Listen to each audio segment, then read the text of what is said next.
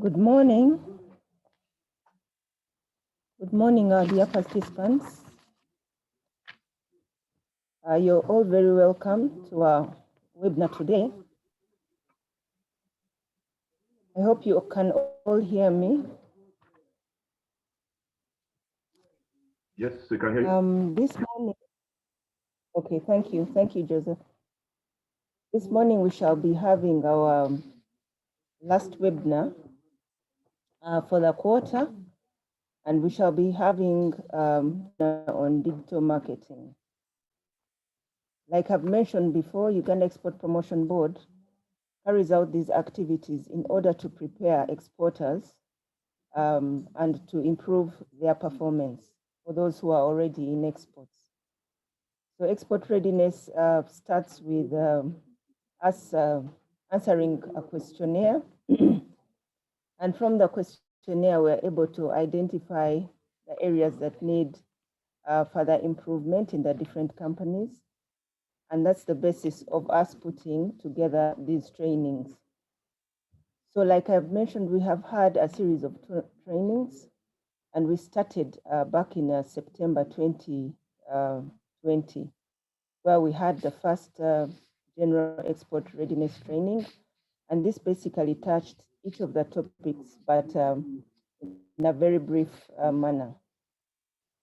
We then followed it with a services sector training for associations.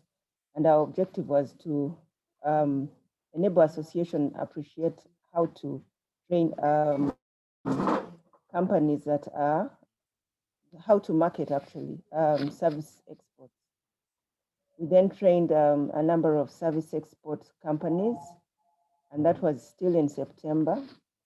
Then in October, we had a training in finance, and we also had another training for the services company on export readiness. In December 2020, we trained specifically on contracting for exports. So this month of March, we have had about 5 trainings so far.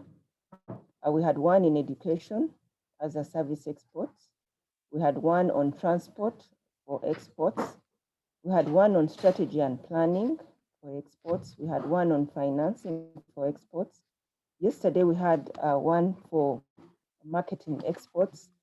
And finally, today we shall be having one on digital marketing for exports. I am Brenda Katarika Opus, and I'll be the moderator for today's training. And at Uganda Export Promotion Board, I am the Senior Export Marketing Executive, and I handle both products and services. So I'll be moderating today's session. So to take you through our program today, we shall be having introductions, and this should last about 20 minutes. Then we shall have the opening remarks from our Executive Director. And then we shall have the panelists. We have 3 panelists today, and they'll be taking us through very interesting topics on digital marketing. In terms of how we shall be communicating, we'd like to encourage that you put all your questions in the Q&A, and then for any other information, use the chats. Our resource persons today, we shall be having Joseph Walusimbi. He's a consultant with ITC, International Trade Center. We shall also be having Richard Okuti, who is also a consultant with International Trade Center. And we have worked with both of them on the NTF program, which mainly is working with companies in service exports. Then finally, we shall have Otieno Joy, who will take us through digital skills and training. Otieno is from Digital Skills Program, and she is part of the Africa 118 company. Now that company, we are currently working with them on a project which we will also take you through. So ladies and gentlemen, that was the brief for today's training. Now we shall have our introductions quickly. This should take us up to 9:20 when we shall have the opening remarks. The opening remarks will be for about 10 minutes and then we shall get into the presentation. Okay, so I will allow in one by one and you'll introduce yourself. You say your name and you say the company and the product that you export, and then your expectations out of today's training. So I will start with Yoram. Yoram, you can unmute and introduce yourself, please. Oh, yes. Good morning, ladies and gentlemen. My name is Yoram. My name is Yoram, the director at Jola Shoes. Yes. We deal in the manufacture of quality leather shoes and quality.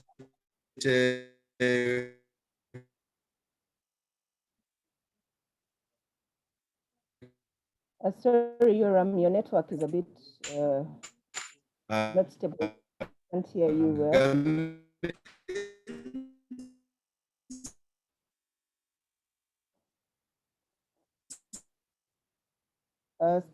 Yoram, can you hear us?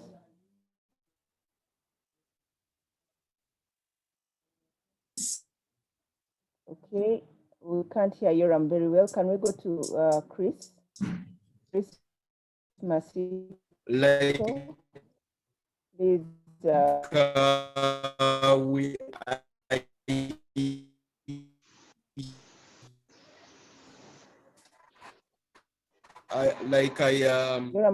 We are not yet into export, but that is something that we are looking.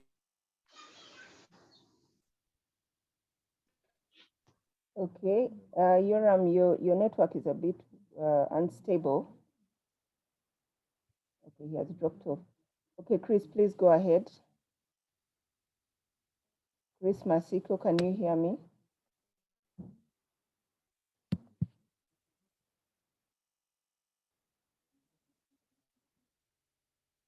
Chris, are you there? Please introduce yourself. You can unmute and introduce yourself. Okay, we can't hear Chris. Goodness, are you there? Yes, I am. Yes, please unmute and introduce yourself. All right, good morning, guys. Good morning, everyone. Yeah, I'm Goodness Makene, Marketing Executive at Quality Fish Limited. We deal in fish and fisheries value addition and export. Yeah, we're currently establishing our digital brand and we expect to get a lot of best practices and guidelines to set up a good foundation. So this thanks for the training that's come at a timely moment in our company right now. Thank you. Okay, thank you very much. Thank you, Goodness. And we have Job.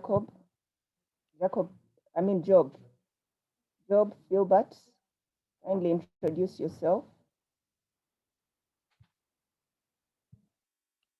Job, you can unmute and introduce yourself, please.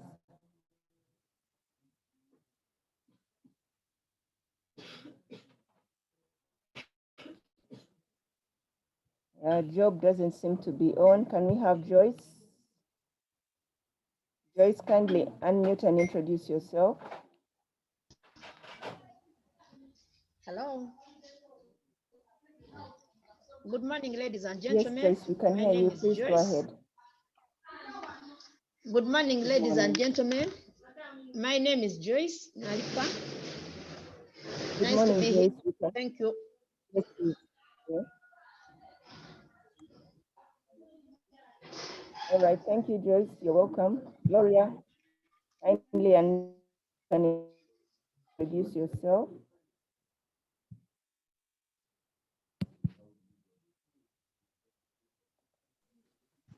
Gloria, please unmute and introduce yourself. Yes, please. Good morning. Hello, Gloria. Good morning. Good morning to you. My name is Gloria Faith Ato. Good morning. Yes, please. My name is Gloria Faith Ato. I work with Blue Hippo Produce. We deal in fruits and vegetables. At the moment, we are dealing with export of avocado, but we shall include some spices as time goes on. Thank you.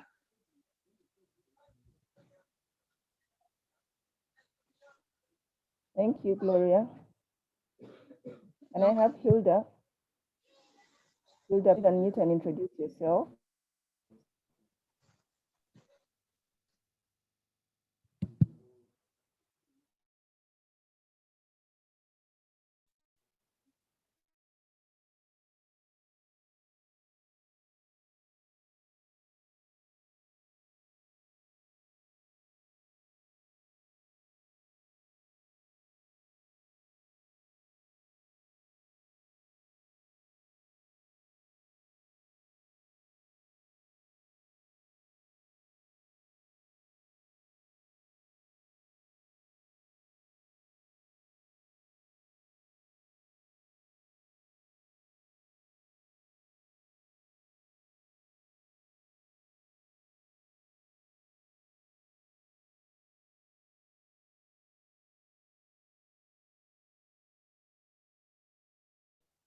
I'm very sorry about that. I think I got an interruption in our network. Okay, let us proceed with Lucy. Lucia, please unmute and introduce yourself. Good morning to you all. Morning. Are you hearing me? Yes, we are. Are you hearing me? This is Lucy. Yes, we can hear I'm you. Lucy, this is Uganda Limited. We make very nice sweaters for schools, for individuals, design sweaters, security sweaters, corporate sweaters, and scarves. We are the best knitters of sweaters in East Africa. So I'm here to learn more about exports because I want to export my sweaters worldwide. Thank you. Thank you, Lucy. You can now have Lydia.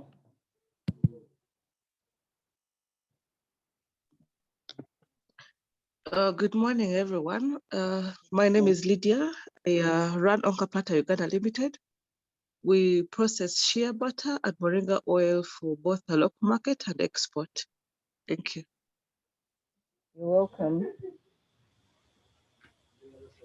Can we have Michael Synthesis?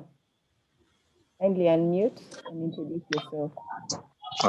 Thank you very much. Good morning, ladies and gentlemen. Hope you can hear me clearly. Yes, we can. Okay, great. My name is Synthesis Michael. I am the head of policy Uganda Small Scale Industries Association. We support small, micro, medium industries to develop and to get markets. We do product development within them, support them in terms of, what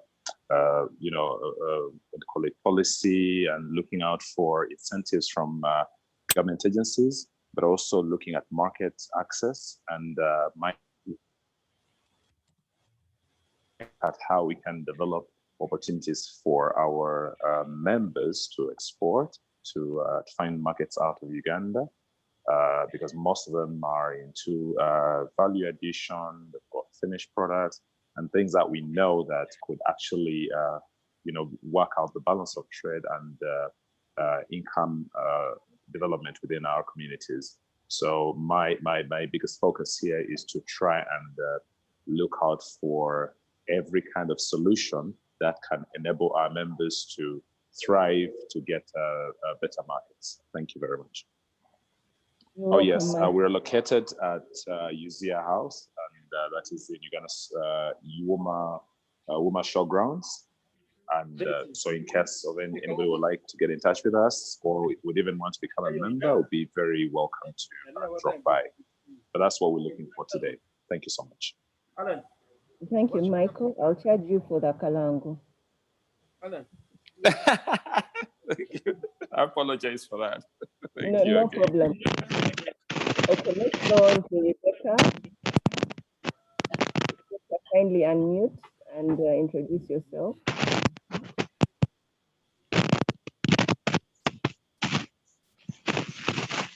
Rebecca, are you there? Oh, sorry. Hi, everybody. My name is Rebecca Magombe. I have a new company that is exporting sesame and sunflower seeds. I believe being new, we are still having a few challenges, and I really appreciate the organization of this meeting for doing this for us. It definitely will improve how we operate, and I thank you all. Thank you, Rebecca. Edson, please go ahead and introduce yourself. Greet you all in the mighty name of our Lord Jesus Christ. I'm Mutunji Edson, Director and CEO for Level Love Group and the Zola Art Company. Yeah, we are to export fruits and vegetables. Yeah, specifically for now to UK and with the Zola performers, China and Turkey and Greece as well. Yeah, hope you had me, Brenda. Yes, we did. Thank you very much, Edson. Okay. Thank you. Next, I'll ask Kalpesh to introduce himself. Morning, all of you. Hello, can you hear Hello. me? Yes, we can. Please go ahead. Yeah. Good morning, all of you. My name is Kalpesh Rathod. I'm export manager in Mokano Industries, handling East and West Africa. We are dealing with the edible oil, detergent, plastics, and the soaps category, and we are being expanding those.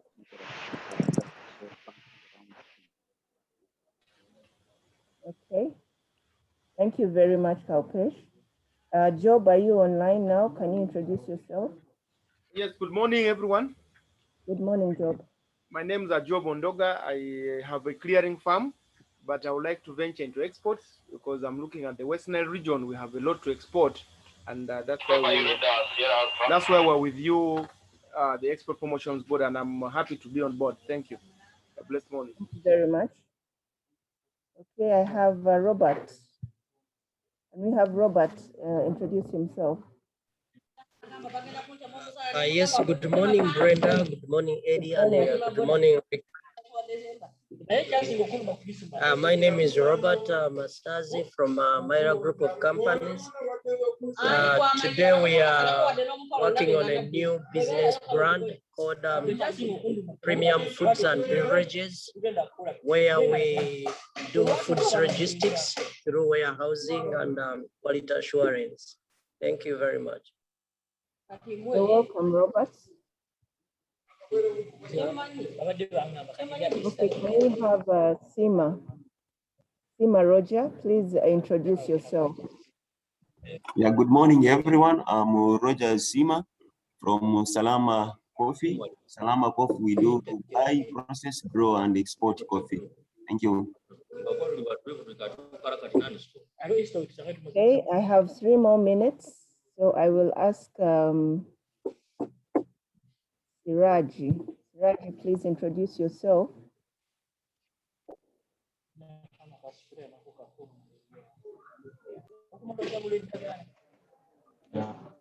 Good morning, everyone. Morning. I'm Gloga Siraj from Ice Cube International.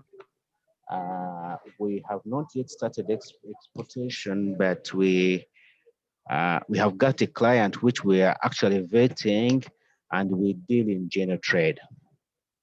Okay, you're very welcome. Joshua Baguma, please introduce yourself.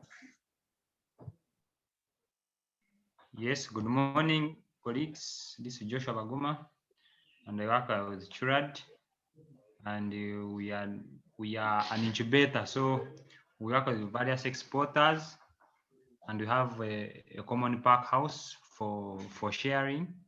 So those ones who are there, colleagues in export who don't have enough space, can come and take up some space with us, and also do hot export for fresh vegetables and fruits and coffee. Okay, you're very welcome, Joshua. I'll have Anwati. I hope I've pronounced your name right. Unmute and introduce yourself, please.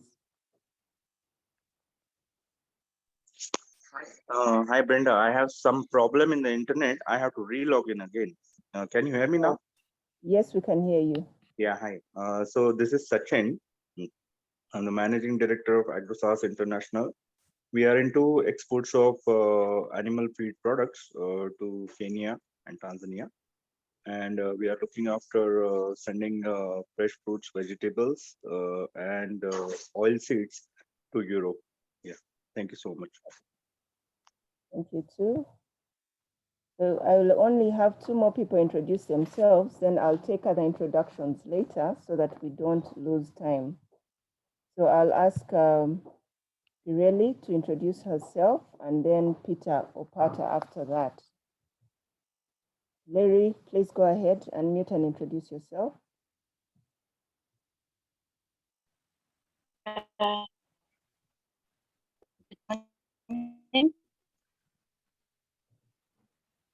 We My can't name hear you is Sandra well.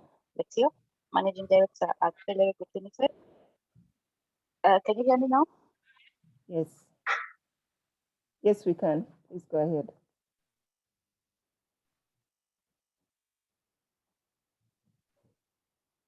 Yes. My name is Sandra. Pellery.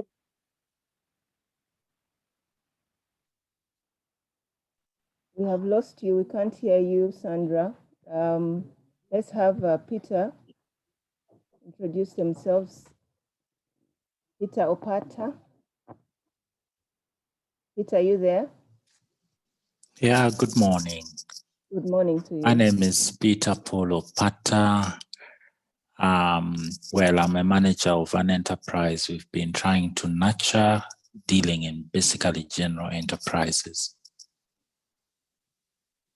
Okay, you're welcome, Peter. So ladies and gentlemen, I'll stop the introductions at that point. For those who haven't introduced themselves, I'll give them an opportunity later to introduce themselves. Allow me now to welcome our Executive Director to give the opening remarks as we get into today's program. Edie, you're welcome. Mr. Eli Twineo Kamjisha.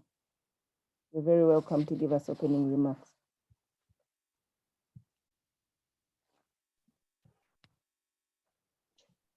Morning, ladies and gentlemen. It is my pleasure again to be with you this morning. Some of you, when I was listening to the introduction, some of you were in the previous meetings.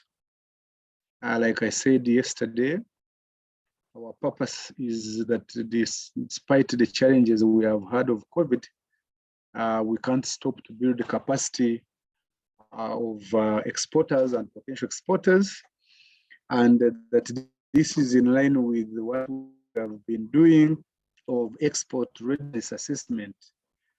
We assess your companies for export readiness, and part of doing that, once you have been assessed, is to build your capacity to be able to penetrate markets, and I mean export markets. The next 5 years, these 5 years of NDP 3 is important for Uganda because export promotion has been made a development strategy. It is not just a trade strategy, it is a development strategy. And this is important because then an export promotion and its activities is not just to promote trade, is not just about increasing exports, it is about increasing prosperity in our economy. It is about developing our economy in totality. It is about increasing GDP. It is about reducing foreign debt because the better way to obtain foreign exchange is to earn it, is to export, is not to beg for it. So we will be promoting commodities exports, but also we will be also promoting services exports, and we will be working with you. You will be seeing us very close to you. And the government has realized that Export Promotion Board, I mean, for the first time in NDP3, we are entrenched. I want to use the right English word. We are entrenched in NDP3. Those of you can read it. In the previous NDP, maybe Export Promotion Board appeared even once. And the government has agreed that they will strengthen Export Promotion Board because government has realized that promotion of exports is not the role of only the private sector, but they need a push and hand-holding from government. And I want to mention to you that even all these, the issues you are hearing about rationalization of government is also meant to make government stronger, but also to make Uganda Export Promotion Board stronger. And Uganda Export Promotion Board will be around to promote you more, will be around. And we thank some of you because you have been able to tell your members of parliament, you have been able to tell Minister of Finance, you have been able to tell everybody important in this country the importance of the role of government in promoting exports. We know that even the countries which are developed and when they were developing, including Great Britain, including the USA, including the Asian countries, including the recent ones like China, but also those others like Japan, like Korea and all others, the role of government was paramount. You cannot leave the SMEs alone and you think you will promote exports because SMEs have little money and they get this money expensively from commercial banks. So in line with our ministry's Minister of Trade, Industry and Cooperatives, NED's National Export Development Strategy, which has been well captured in NDP3, we will be here to work with you a lot, provide customized advisory services, to give you what we call aftercare services, to handhold you, to do buyer-seller meetings, to do matchmaking, to give you a lot of information, but even to give you tenders from countries abroad that are seeking to buy Ugandan products. Ladies and gentlemen, digital marketing is also very important, especially given COVID. COVID has shown that you need to have virtual shops. You need to have a good website, for example, where you have taken good pictures of the products you deal in or the services. You can even show the processes that you go through to do this, to promote these services or commodities. You need to engage in digital marketing. And if you do it well, you'll make money. Ladies and gentlemen, it is now my singular honor to open this meeting officially. Enjoy. Thank you very much, Edie. Thank you for the opening remarks. Now, ladies and gentlemen, allow me to introduce our next speaker. We're going to have Joseph Walusimbi, and he will be speaking to us about what is digital marketing and how can SMEs build online presence. Joseph, you're very welcome. Thank you.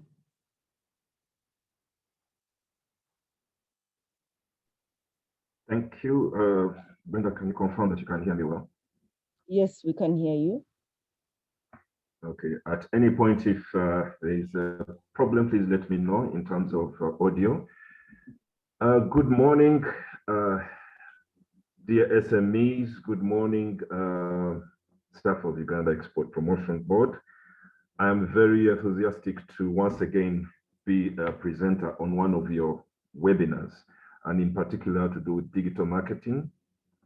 Marketing is a very passionate area for me because I've been doing this for almost all my career.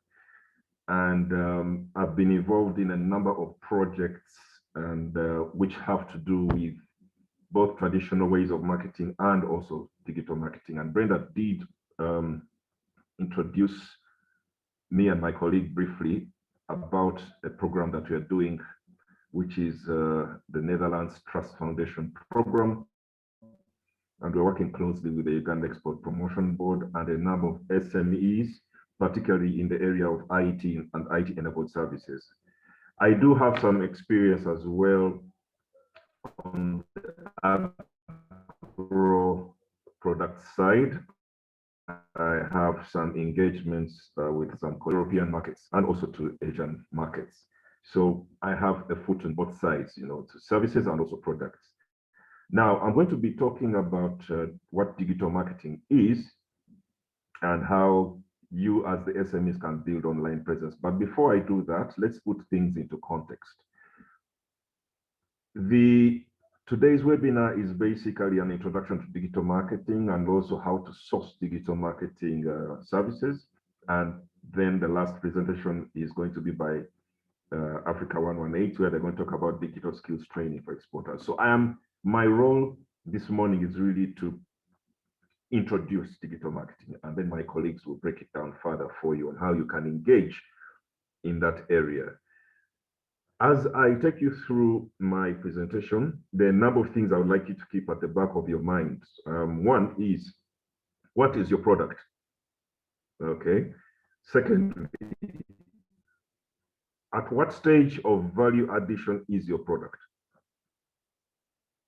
Third is, who is your customer? And ultimately, that customer is your audience when it comes to marketing. Keep those questions at the back of your mind. What is your product? At what stage of value addition are you? And who is your audience? Who is your customer? Why am I asking you to put these at the back of your minds as we go through the sessions today? Is because these are going to be the key drivers on how you decide to do digital marketing.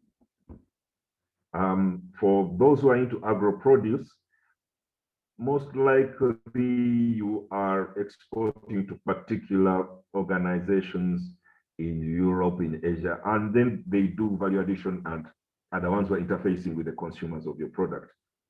Okay, so if you're into coffee and you've exported coffee, most probably the people who are buying from you, who are importing from you, are doing the grinding and packaging and eventually putting these on the shelves.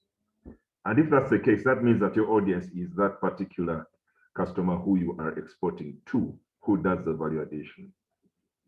But if you're into services, like in IT, and you have a product which is like, if it's an app, which you can put on certain media and people are able to download it, then most likely you have a mass product. So your marketing strategies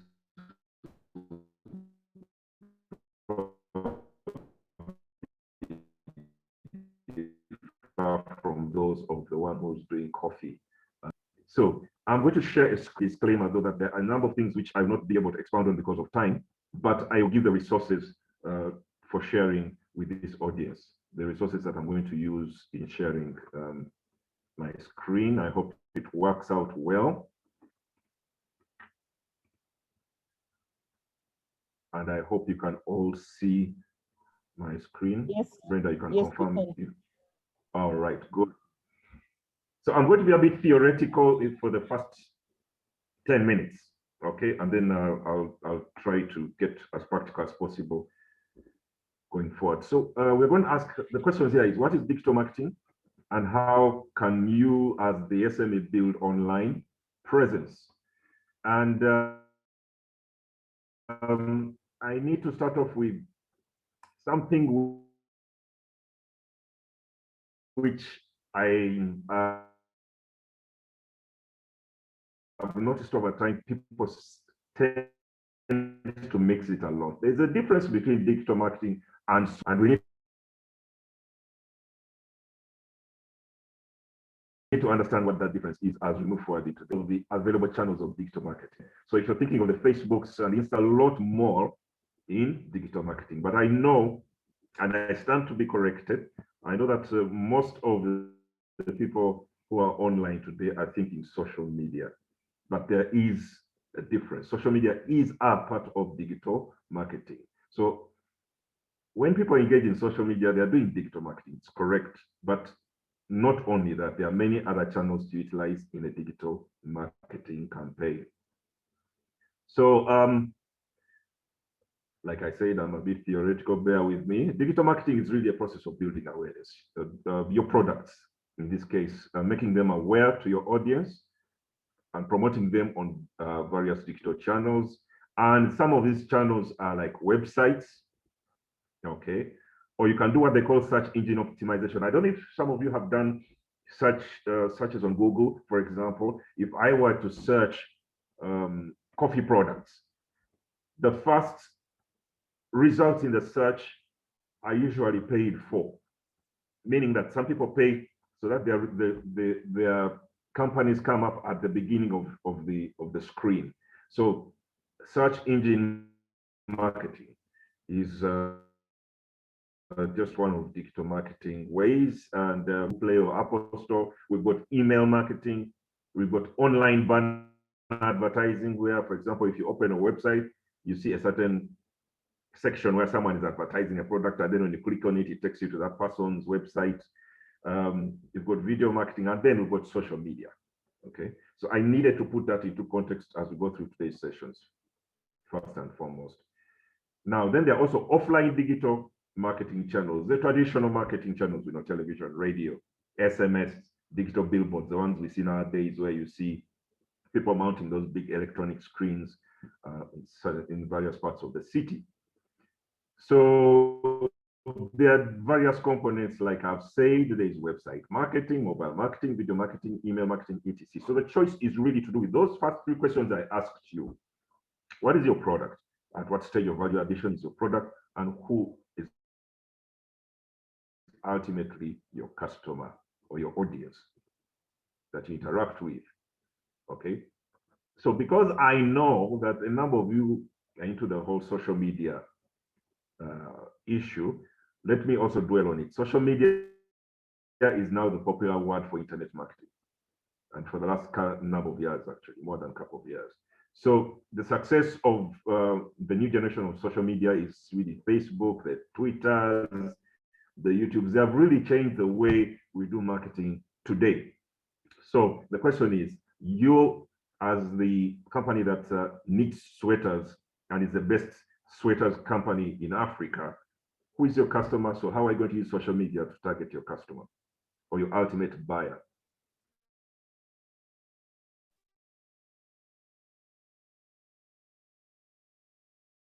Okay.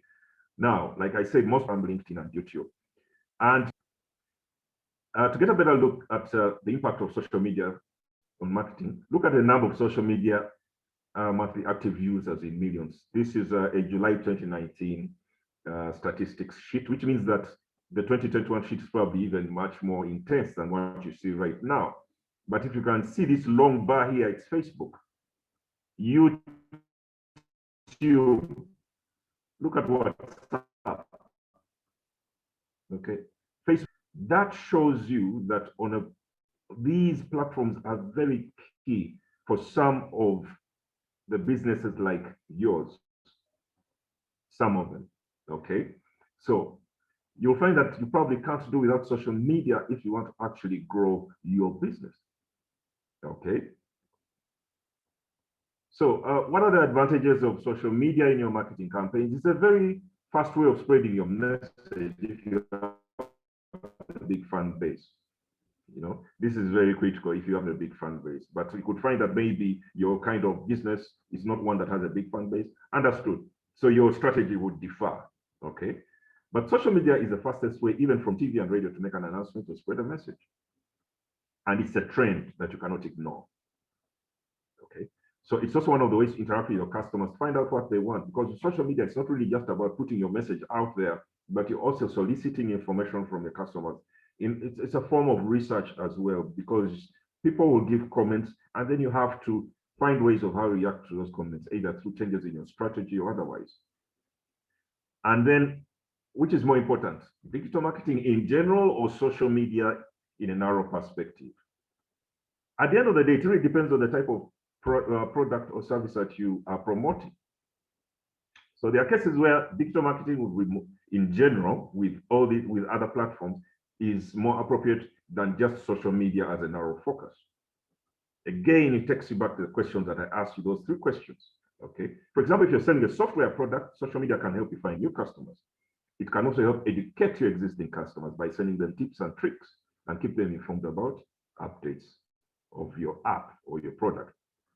But on the other hand, if you're selling custom tools for farmers, if you're selling buildings material, if you're selling plastics products, you can probably use social media as a resource to find out more about the products, but your main selling point will probably be a TV advert, or in the city, or a radio advert. You've seen, like, for example, on TV, I saw yesterday on NTV, there is Safe Build. I think it's by one of the roofing companies. But the reason why they're on TV is because of the type of audience. They realize that TV is very important. I don't see them so much on social media platforms. They probably made a conscious decision to advertise that way. So I've talked about basically what social media marketing is, but it's really free. If it can be free, or you can pay for it. So the first way is it's free. If you decide to build followers, a fan base, connecting and using useful content to interest these people to come onto your pages and generally engage with them. But there's also a way of using social media by paying, just the way someone would pay, a business would pay to NTV or NBS or UBC for an advert. There are also ways of how to do advertising by paying to social media platforms like Facebook, Google Ads, or Twitter. So it really depends. And I'll take you through some quick thinking on which platforms to engage for your business, especially when it comes to export. Okay. I want to talk something about conversion, what they call conversion rates. Conversion rates means that if I send out a message to a customer, how long will it take for them to actually consume or buy or take up my product? That's the conversion rate. And what has been seen in social media marketing campaigns for them to be successful, Google has a very high conversion rate. Then there is a platform called Bing, but I don't know if Bing is a common platform here in Uganda or in Africa. But then you can see Facebook, Instagram, Pinterest, etc. But here, I want to tell you that when you advertise on Google, of course, depending on the type of product that you have, the chances of your conversion rates being high is really to do with Google than with Facebook. But this is just really a research that was done. But you could find that maybe for your product, maybe Facebook will do more. But the best way to find out is first to study these platforms and then see what will work best for you. Okay.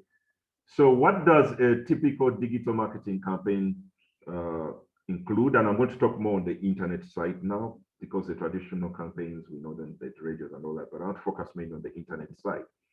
We've got what we call the search engine marketing, where you can, through either putting content and seeing how your content can be, when someone searches, whether it is you who comes on first in the search page, or at least the first 10 results.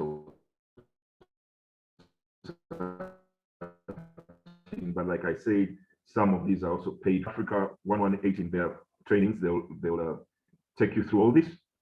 Then there's also social media promotions, paid advertising like Facebook, on Twitter, Instagram. I talked about that. Mobile market promotions. If you are into IT-enabled services and you have apps, you can submit them to Google Play and Apple Store. And once you do that, they can be worldwide. Email marketing, promotion through email marketing campaigns. Now, we have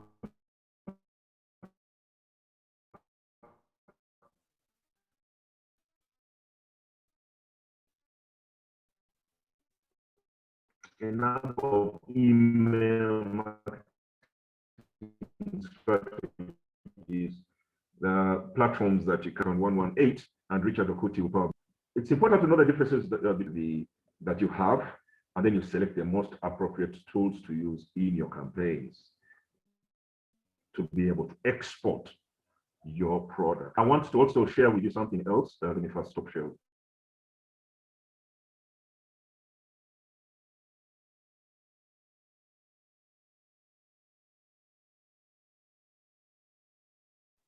Sorry. I went off for a moment. I think I got an interruption. I want to share another screen. Brenda, please confirm if you can still hear me and see.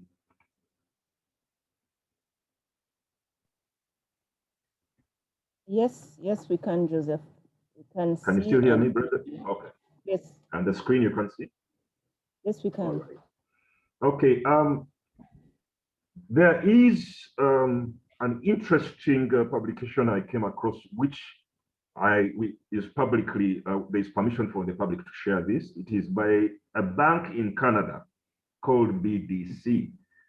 So they are okay with sharing this content on various platforms. So I thought I would also share it with you, and I will give this to the Uganda Export Promotion Board, and they will share this with the SMEs that are on here. This is a social media guide for entrepreneurs. Why am I showing this? Because there is the question of how SMEs can build online presence.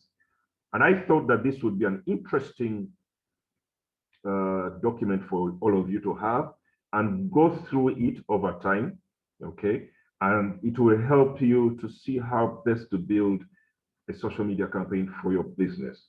Now, I'll just go through parts of it, not all of it, because it's quite detailed.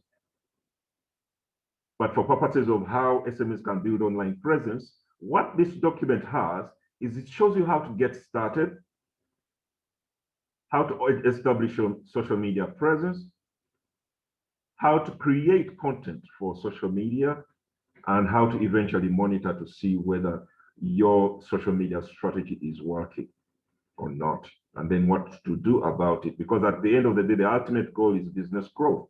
The ultimate goal is to export. If you're not into export and you're on this webinar, what you want to see is how can social media help you to eventually export.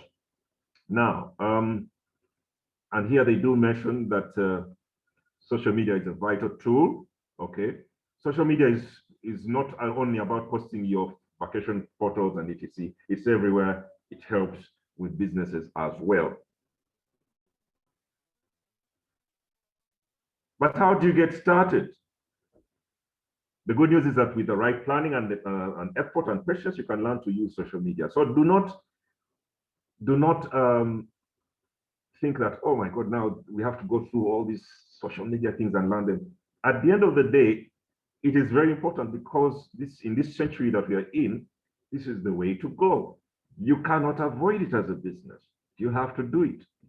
Okay, so we've talked about social media in the other presentation. It's a more direct relationship, word of mouth referrals, better customer service because you're engaging with people through your phone, on your laptop instantly.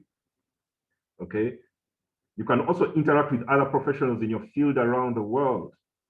If you're into coffee export, you can get onto coffee exporters platforms and interact, you know, and then from there you can be able to get information that can help you to market better your produce. Okay, so how do you get started? First and foremost, ladies and gentlemen, visit key social media platforms and see whether there are people like you who are actually on social media and using it. For example, there's a lady who says she's into knitting sweaters. Okay, visit Facebook, search and see who are there. Could there be similar businesses like mine that is using Facebook, Twitter, or LinkedIn? See how they are doing their thing. How are they working? How are they engaging these social media platforms in line with their business? Then learn how to create your personal pages online. Start searching, use tools to make to look for mentions of your business or similar businesses and their products and brands. Look at what your competitors are doing. Conduct a simple research within the industry to see whether some of the practices of the competitors can be adopted by you or your brand, and also where you might have opportunities to meet and fulfill needs.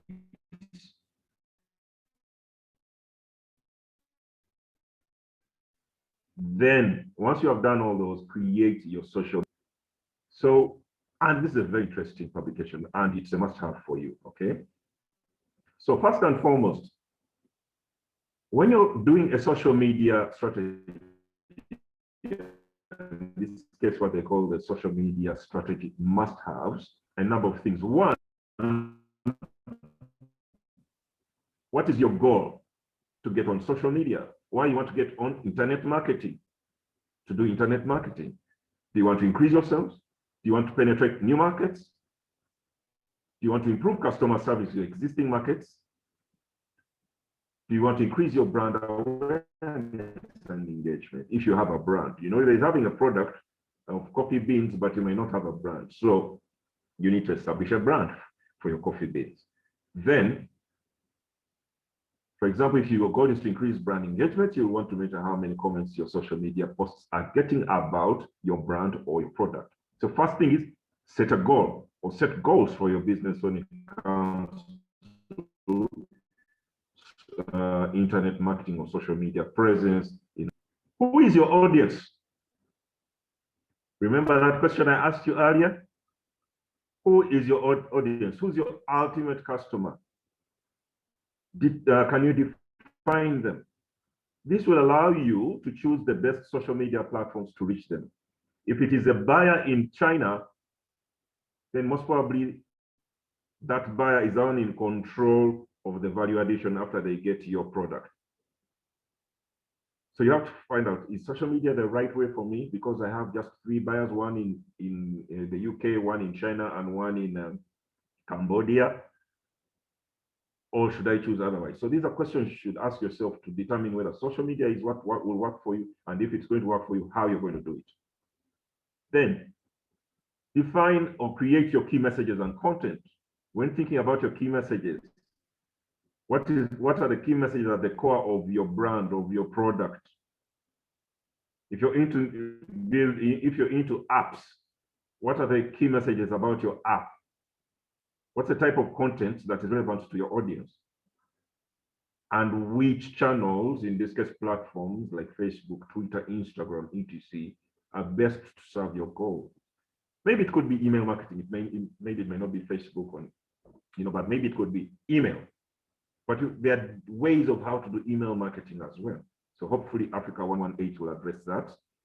So how do you develop your key messages? Remember, you have done some research of your competition, and also you know what it is about your business. Then you create content for that. But also seek professional advice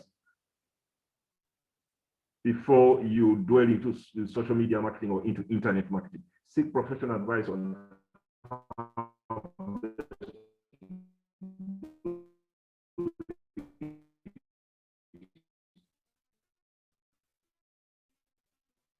if you don't have resources, learn as you find ways of how you can learn and make this happen. Go step by step. Your social media action plan, or engage the likes of Africa 118 to help you. How do you monitor your social media? How are you going to get content? How are you going to post onto the social media sites, etc. You don't have to do it alone. Please embrace the resources that the Uganda Export Promotion Board is putting at your doorsteps. But eventually, building all these wonderful media campaigns, you have to monitor over time whether it's working for you or not. And thankfully, when you're using the likes of social media platforms, there are social analytics tools like Google Analytics, Facebook Insights, YouTube Insights, etc. You can use these to find out what's my conversion rate. How fast am I converting this audience into customers and etc. So it's very important. We just don't do campaigns, internet or online campaigns and let it be. You have to monitor to see whether it actually works for you. There's a lot in there. I would like to end by giving you a case study. There's a gentleman who is into home building business, and he wanted to promote his company in Canada. Okay, on the internet, ladies and gentlemen, you can always search for this. What Mattel decided to do was to harness the local power of social media. He created a YouTube channel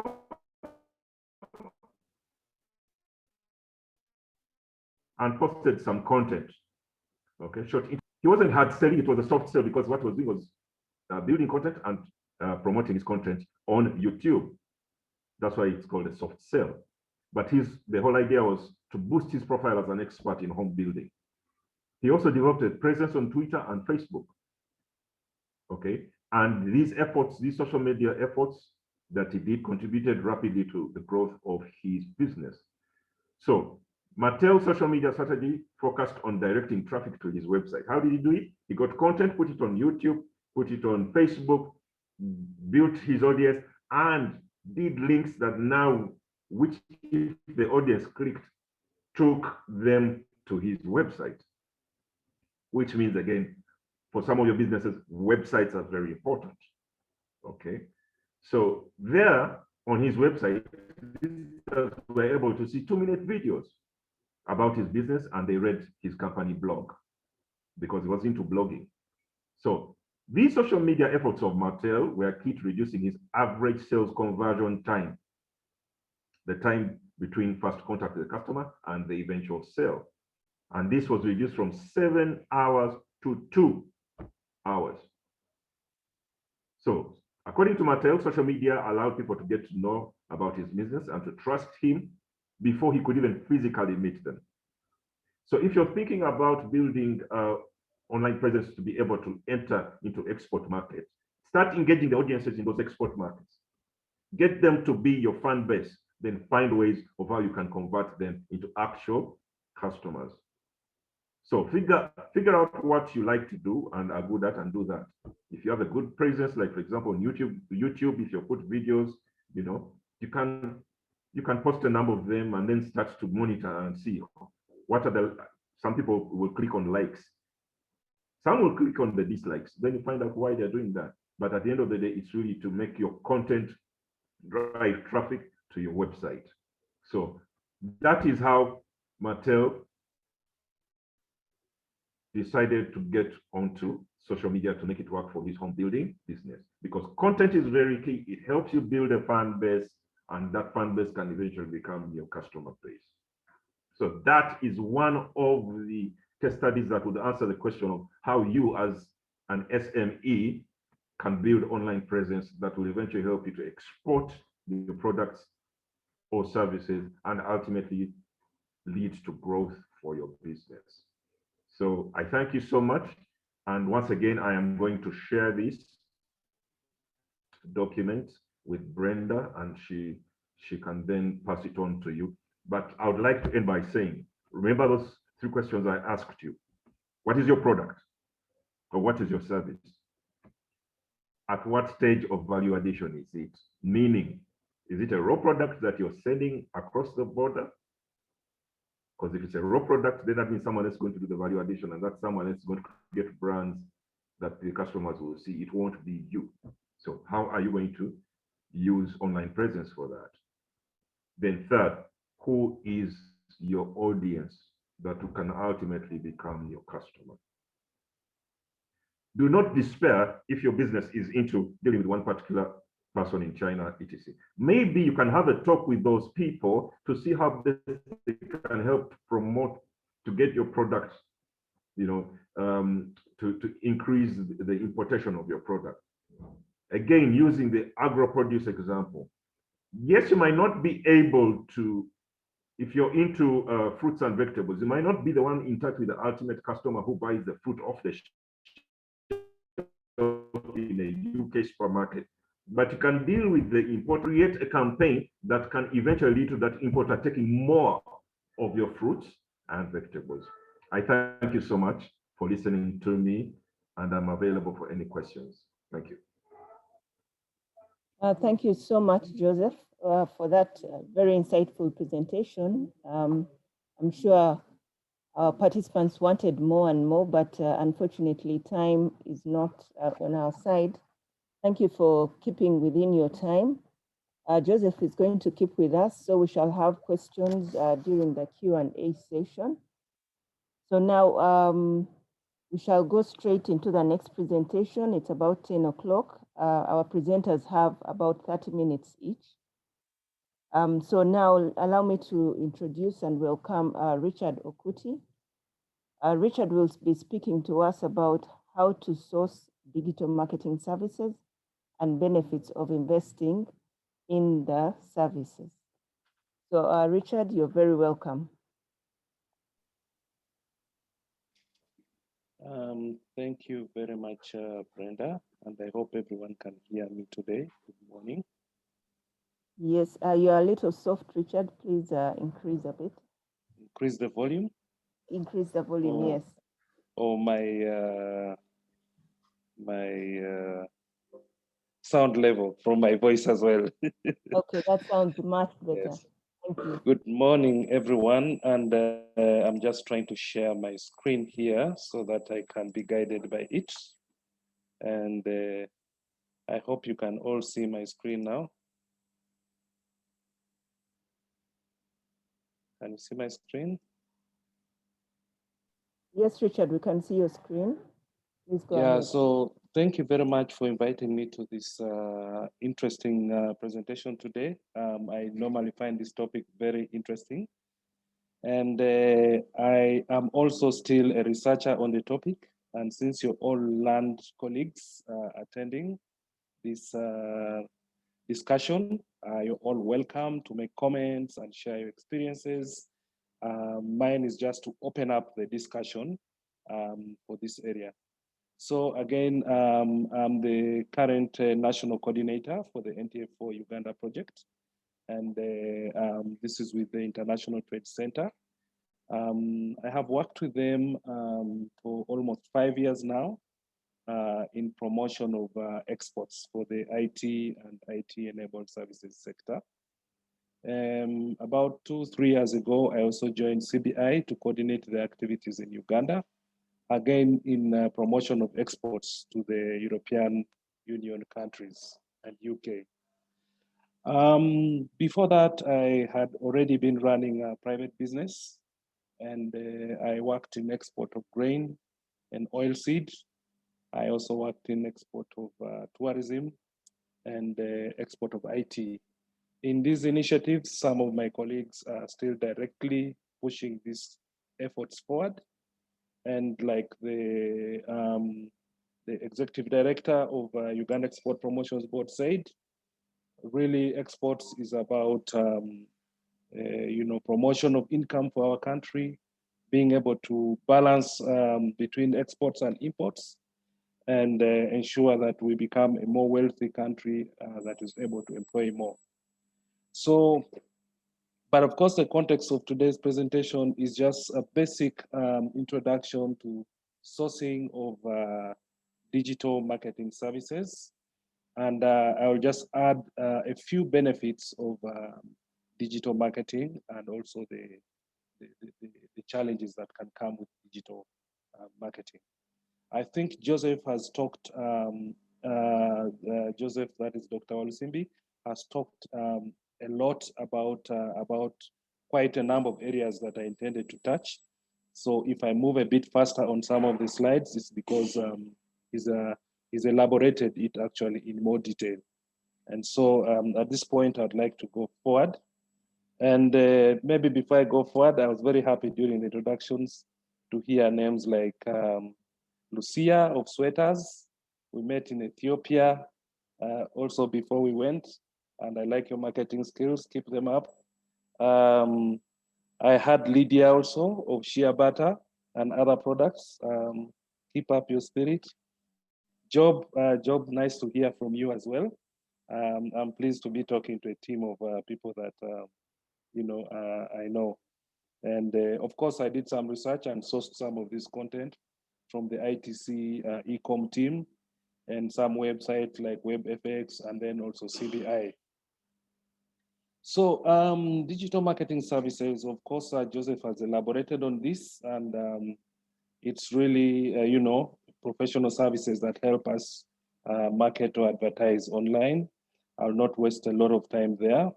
When we talk about common digital marketing platforms, again, and it's important, the distinction that Joseph made, that it sticks. You see that websites are also digital marketing tools. We have some knowledge-based digital marketing tools like Asana, Quora, Yahoo Answers, and many others. We have social media like Facebook, LinkedIn, Twitter, Instagram, and many others that the more youthful people are discovering every day. We have also media sharing platforms like YouTube, Vimeo, many music channels, many documentary channels, many channels where, people who have built their, following online have opened. And of course, we also have service digital marketing channels using mobile apps and e-commerce sites, among others. Again, I'm rushing through this because we've already talked about that. I just wanted to elaborate a bit more on the first. As you're all aware, online customers have almost unlimited choice.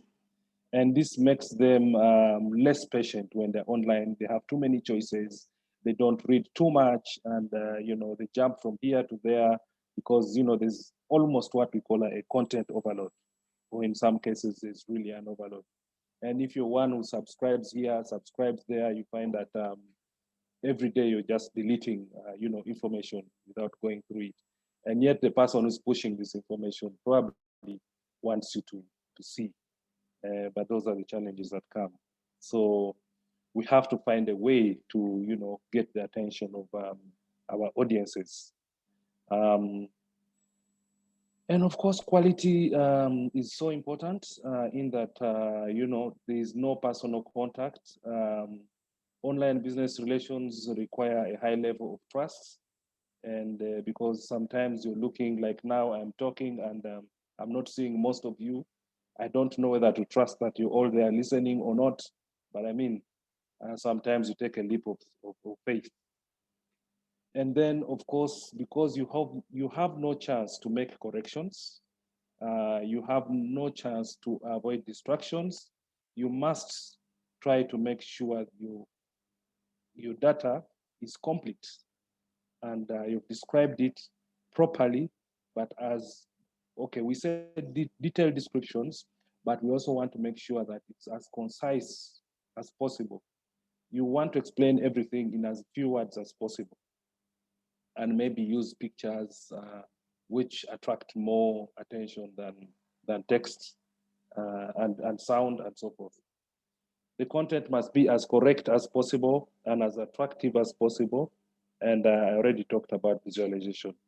So I was just recapping, of course, what has already been touched. Now, how do we source digital marketing services? When I was asked to talk on this topic, I was a bit, apprehensive, and I said, well, how do I discuss this? But it's not very, very different from other ways of sourcing for other services or ways of sourcing for other types of services. When you're a business, there are certain basics that you must always pay attention to. And those are the ones I want to touch on. But why is digital marketing important before we actually go into sourcing for these services? One, it is important to reach the right audience because you're in a sea of people all over the world, trying to find your footing and trying to engage. It's very important to engage with your audience and motivate them to take action, because when they take action is when you realize your total. You remember that communication, what was it called? A continuum or something, where you send a message through a channel, then it hits the recipient, and then, but before the feedback comes, the way you expected it, maybe that communication is not complete. These are the same dynamics we're playing with here. So how do we access digital marketing services and resources? One, and here I'll go a bit off the book. One of the most common ways is just to do it yourself and learn about the platforms and techniques of working with these platforms that you can use to channel your message and communicate with your audiences. Remember, in digital marketing, you really have to be customer-centric and in your thinking, and think about where and how to reach your potential customers, and what their preferred media is. Because sometimes you may think it's Facebook, and some professional organizations may think Facebook is for entertainment, unless maybe your business is an entertainment business. Or some might think if you post on LinkedIn, it's better. Some might want to access your very website and so forth. These are things that are very important that have already been said. And so in this case, what you see becoming important is going back to the basics. Who are your audiences? Who are your customers? And of course, normally when you target them, you segment them into different groups and have different propositions for those different groups. The different groups, what media do they access? So should you try and communicate to them through that channel? Or, so it's, you look at the customer first, then you work your way backwards. It's not that you start jumping onto anything. Must be on LinkedIn, must be on Instagram, must be on this. You may spend too much time working with these different platforms and gaining nothing. The other option of accessing these digital marketing services and resources is probably to train your own staff. Get experts to train you to do this internally. And in some cases, you may have to hire new staff to work internally, and then outsource to other firms is the other option. So I think at this point, I will go to outsourcing, which is a bit more common and tends to be more cost effective. It's normally good to outsource so that you focus on your core business. If your core business is sourcing shea butter oil that you process into shea butter, cosmetic product, then focus on your core business and outsource some of these services. It may be cost effective, but that is debatable. So again, what kinds of services do digital marketing agencies offer? My colleague has talked elaborately about this. It could be search engine optimization. This is where you can actually go in and do some, it involves a bit of programming so that you are, when someone searches, you using some keywords, you can come up on top. It could be, putting content on different sites and then people pay for the content.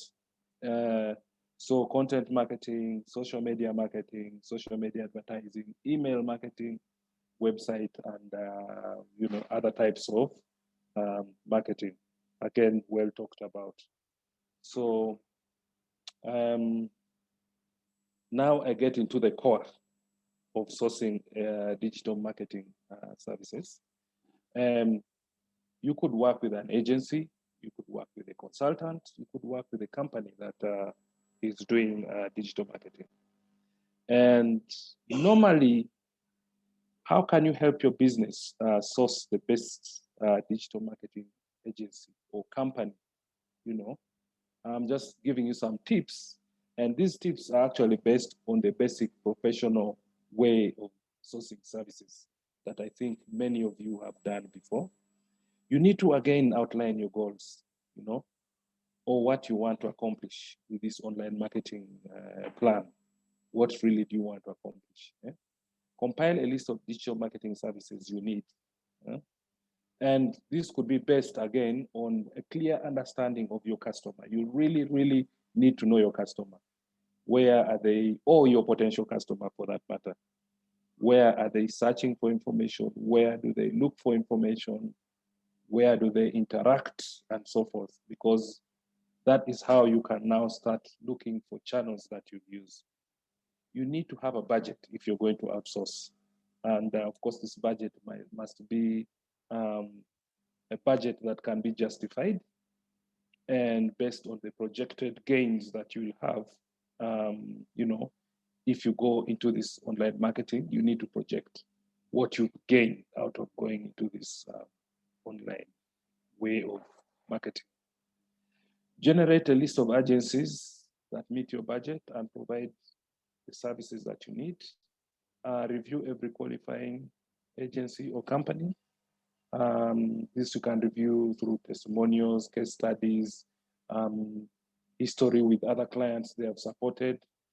And, get to know them, get to blend with them, because you may get into some kind of partnership because they're getting involved in the making of profit for your business. And of course, look at their business health as well. I think these many of you have done while you look for outsourced services. And so it's not really rocket science.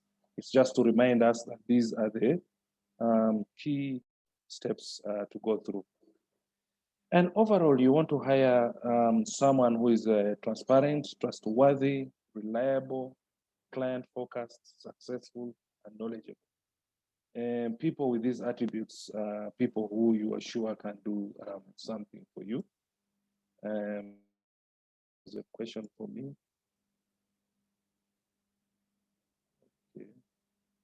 Okay. I didn't. I saw a new message, but it's not for me.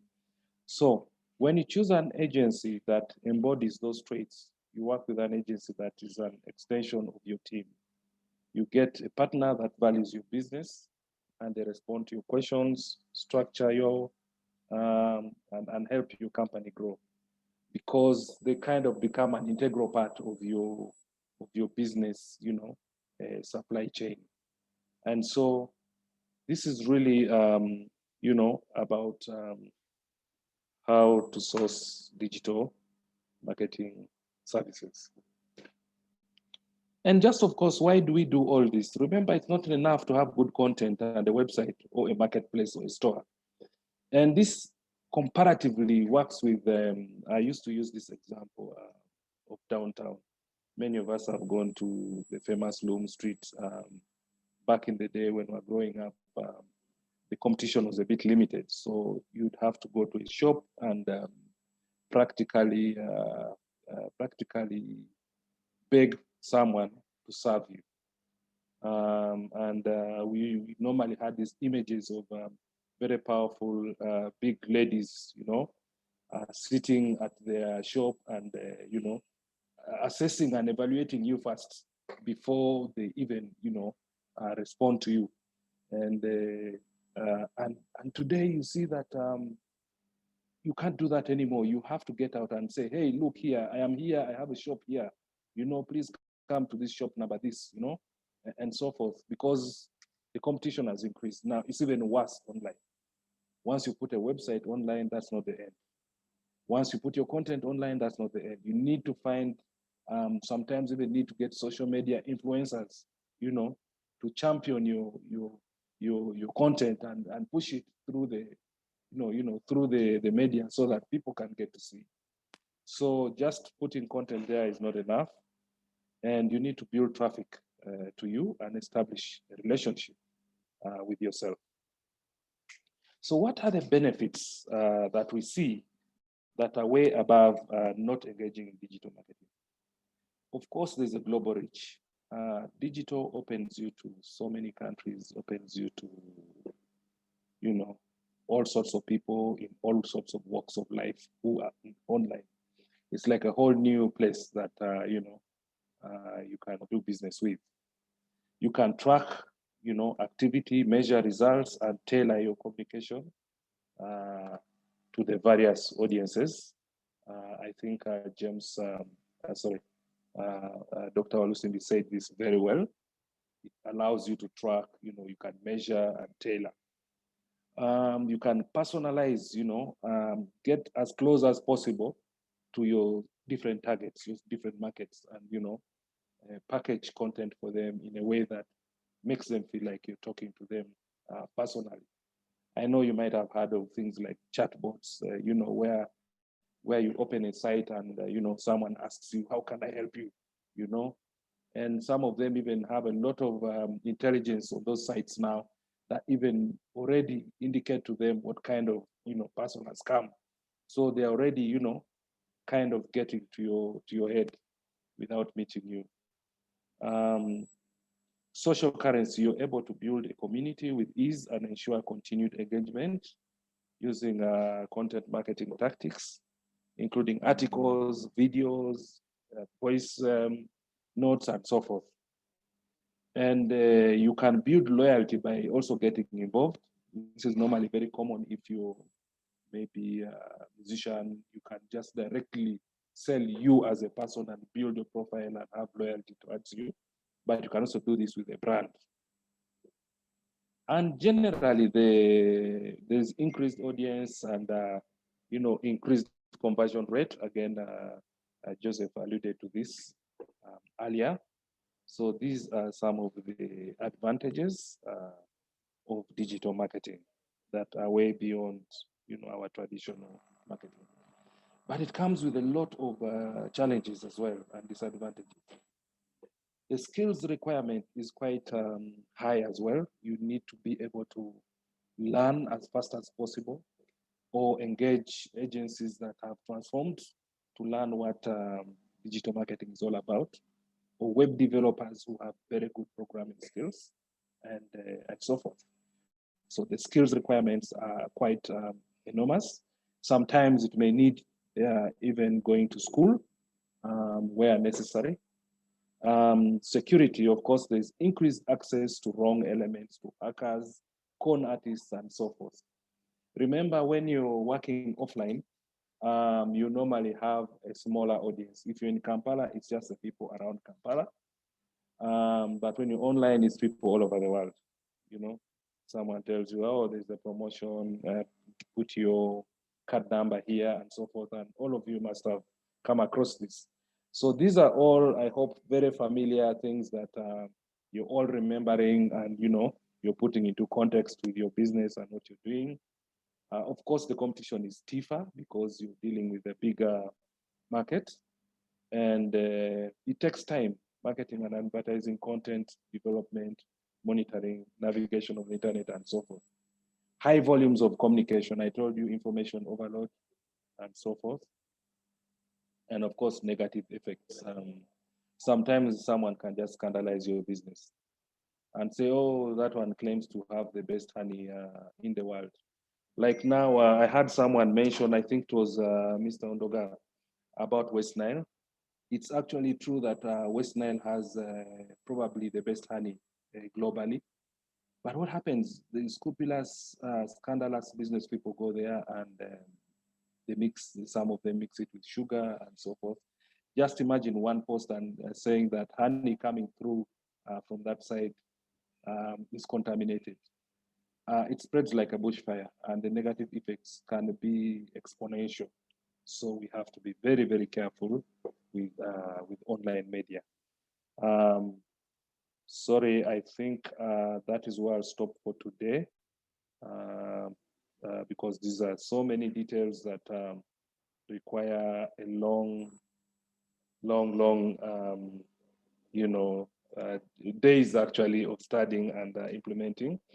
I hope I have been able to share something interesting with all of you. And please ask questions if you feel that I did not express something clearly and maybe ran over things too fast.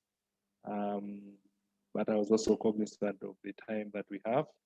And this should catalyze you to, engage in more learning and more research and see how to, improve your business through digital marketing services. So I will stop there for now. And if there are any questions, please feel free to ask. Thank you very much, Richard. Thank you so much for that presentation. I think participants, you'll agree that both presentations so far have tickled us, and we are yearning for more, although we can't get it right now. There's quite a bit of a detail in what we need to know about digital marketing. But the whole idea is, to place us in that position where we'll be able to seek more and be able to try as much as possible to put ourselves in that space. Richard's presentation spoke to ensuring that once we get into digital marketing, we have to make sure we plan and know where we want to go with this. And also, most importantly, build the content. Many times we get into this space and forget about it. But like he says, it's like you're putting up a shop. You have to open the doors of your shop every day, get in and, you know, be able to interest people more and more towards your product. So thanks a lot, Richard. I hope you'll stay with us until we get to the Q&A session, where our participants will be able to ask the different questions they have. Now, the session now we are getting into with Africa 118. It is about more of the action, more of how to actually get all this into action. Now, Uganda Export Promotion Board is in preparation, you know, with to sign an MOU with Africa 118. But as we do that, we thought it important for them to share a little about what it is that they do, but also the project that they are interested in letting some of you know. This project is really to get SMEs like you, especially those who are already into exporting, to get into that digital space. So our next speaker will be taking us through that bit of the detail, and that is Joy Otieno. She'll be taking us through what it is this project is to offer, but also what it is that they do as Africa 118. So Joy Otieno, you're very welcome. Please go ahead. Okay. Thank you so much, Brenda. Thank you for inviting me. Please confirm you can hear me. Yes, Joy, we can hear you. Okay, so let me just quickly share my screen so that you can confirm you can see my screen. Can you see my screen? Yes, it's coming up. Yes, we can. We can.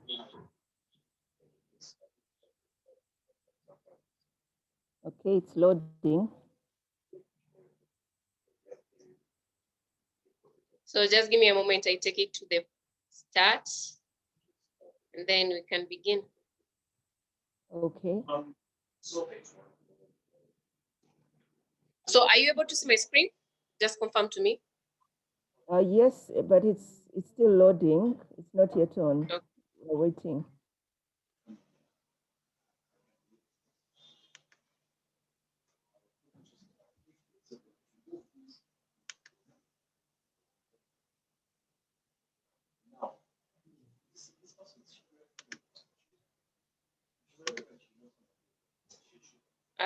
Just give me a moment. Let me share again.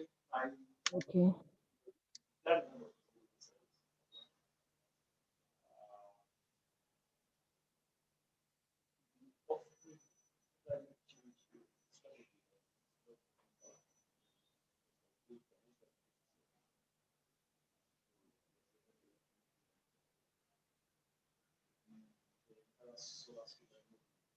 Has it come up? Not yet.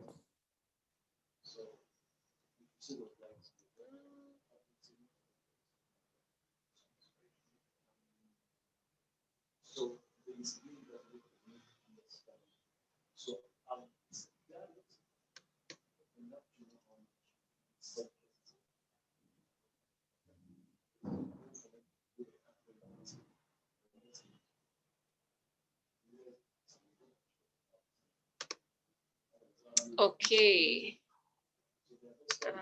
Let me try one more time. Yeah, try again and see. There are all signs that it's coming up, but it seems it's a bit slow. Okay.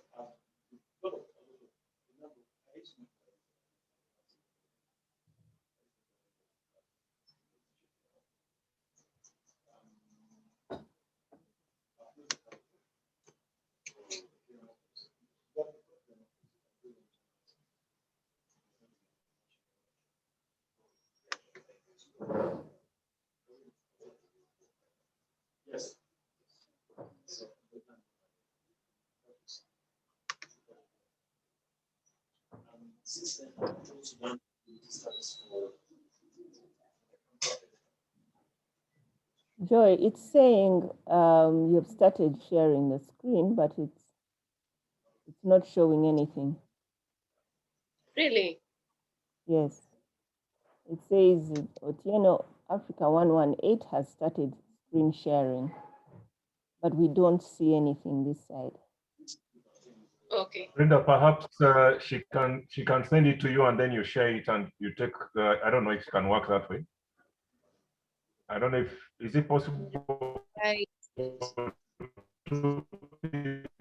to be. She talks and you share. Okay, yeah, that's an option.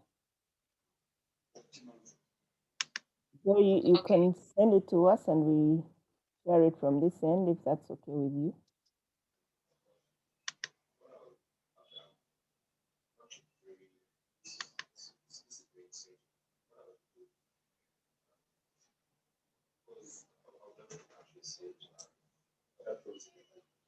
Okay, let me try and send it to you.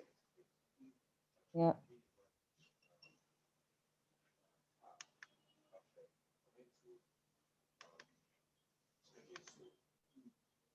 You want something like this, but I guess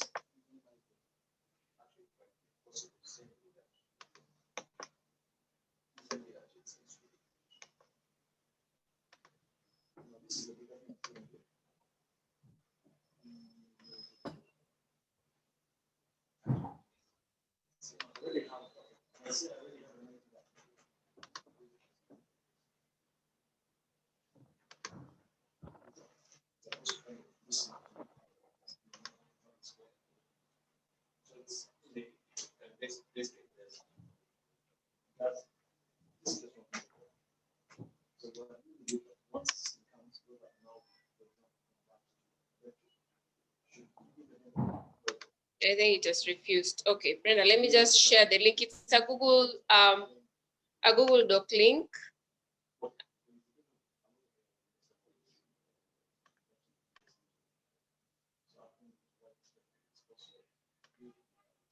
Please share it with Stella. And the email she's been sharing documents with you.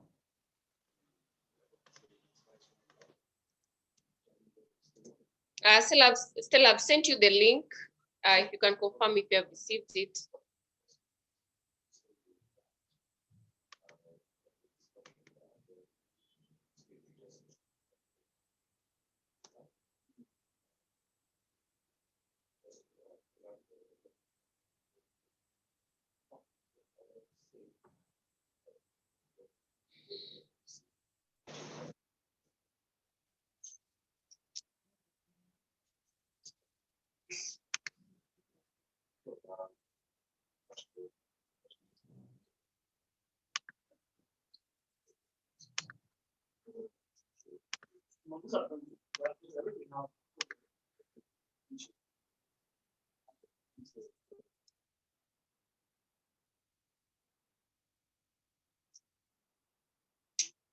Confirm you can see my screen now. I think it has finally picked up.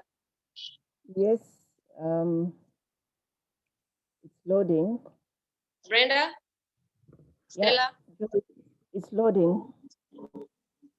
It's loading.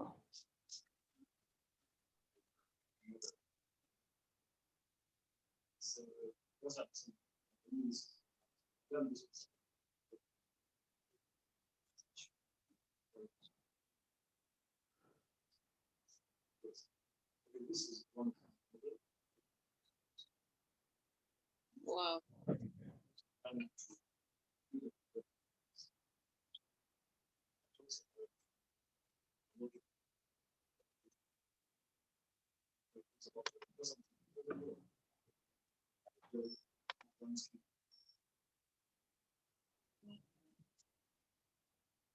Hello, can you hear me still? Yes, Joy, we can hear you still, but it's taking time to load your presentation.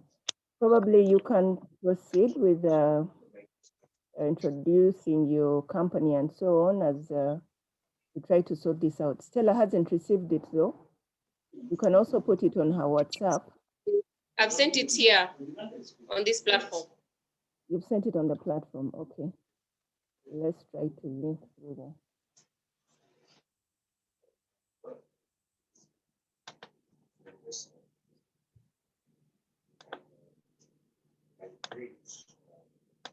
Access denied on this end. Okay, now we can see it. Okay, you can see my screen, right? Yes. Okay, thank you so much. Sorry guys for the hitch. My name is Joy Otieno. I work with Africa on Aid. I'm the country lead for Uganda. Africa on Aid is a Google verified partner, and we are running various projects.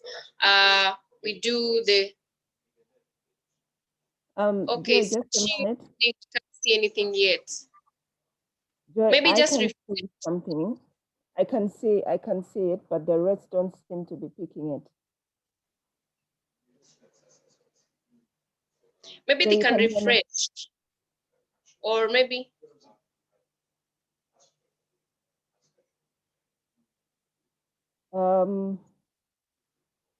I don't know why the rest can't see it. Maybe you log out and log in again. Yeah, probably.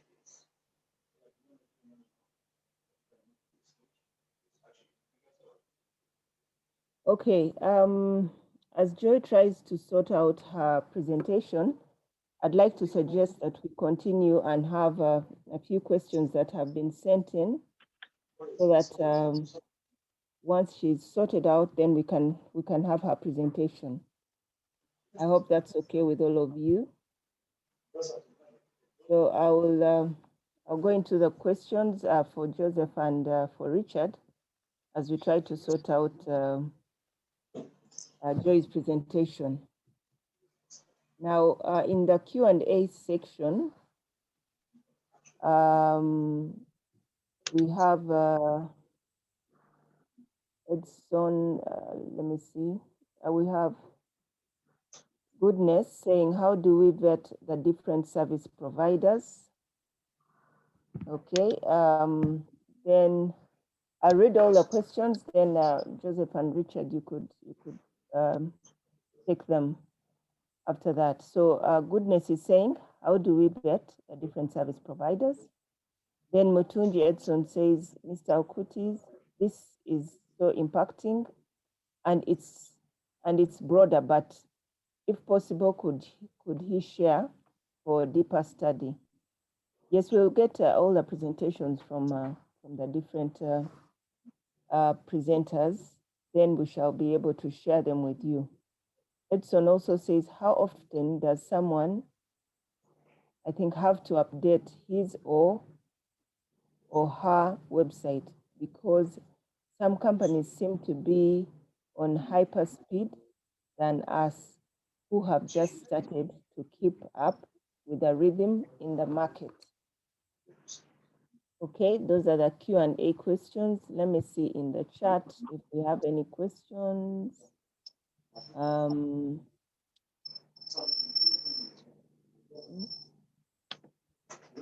Starting from up, let me see.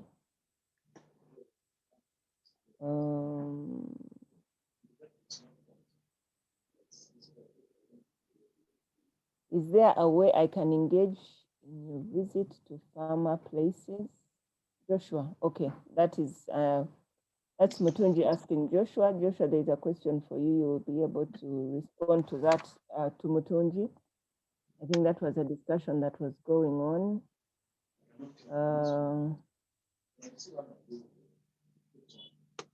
Okay, someone from Africa 118 says e-commerce platforms such as Jumia have been accused of delivering substandard goods and also taking a long time to deliver products. How do we bring back the trust in digital marketing space? As an exporter, how do I know that this channel of digital marketing works better than the others, and how much resources should I set aside? Okay. So I think those are the questions that we have. So I think who will go first? Can we have Richard go first? Yeah. Richard, are you there? Yes, I'm here. Yes. I'll try and go for this. On the vetting of potential service provider, yes, it's this is normally it's a fairly technical issue, and it's related, of course, to your goals, what you want to achieve with your export marketing, and what countries you want to target with your product or service. And of course, then you match this with the technical competence of the service provider in terms of their ability to actually, design digital marketing tools and propose channels that can get you to your customers. So you have to vet their technical competence and their ability to do what they claim they can do, as well as it's generally a technical issue. What I would advise is if you don't have enough knowledge on how to vet, you look for people with a bit more knowledge on how to vet so that they can help you to design a tool for vetting. Because then if you try to dive deeper without fully understanding, you may get duped or you may get conned, and you waste your money. I can take this also on a one-on-one with you and give you tips, but there are several experts out there. I may not be the best. I may be one who has a bit of knowledge, and so it's and you remember the internet has evolved so fast. Remember one time at Web 1.0 where we only had content which was just a single direction, content. Like the way we had connectivity where we only had directional antennas. Now we have internet access where an antenna can send signals in all directions, 360.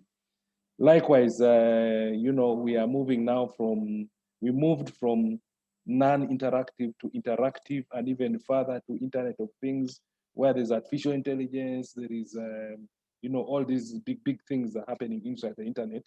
I don't want to use those words because they kind of make it sound like it is rocket science. So yeah, that is what I can say for vetting. The best I can say for vetting. What was the other question? It seems I talked into vetting a bit more than I should have and lost the other. Brenda, could you remind? There was one about trust in digital marketing, and I think this is there is no concrete answer to this because we are not in control of the likes of people putting bad products on Jumia, and then we buy those products and they're not working for us. It's I think I don't think there is a straight answer to that really, but at the end of the day, every platform can be abused. Even on radio, you can abuse. You can end up doing wrongful adverts and etc., which are not taken well. They could sound unethical, So the most important thing starts with you. You cannot control the other businesses that are doing what they're doing, okay? And the social media platforms can only control to a certain point because there's some content which they can control, like you see on Facebook, when they realize someone is posting derogatory remarks, etc., they put them off. But how do they put them off? They might see the information themselves of the Facebook management, or someone could report to the Facebook management, and then the Facebook management looks into the issue and makes a decision whether to take off that person, block that person, etc.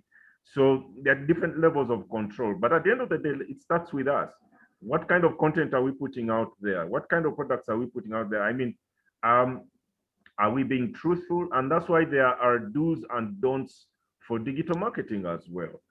So yeah, but unfortunately, whoever asked this question probably wanted a straight answer, but there are different levels of control, but at the end of the day, it starts with us as business owners.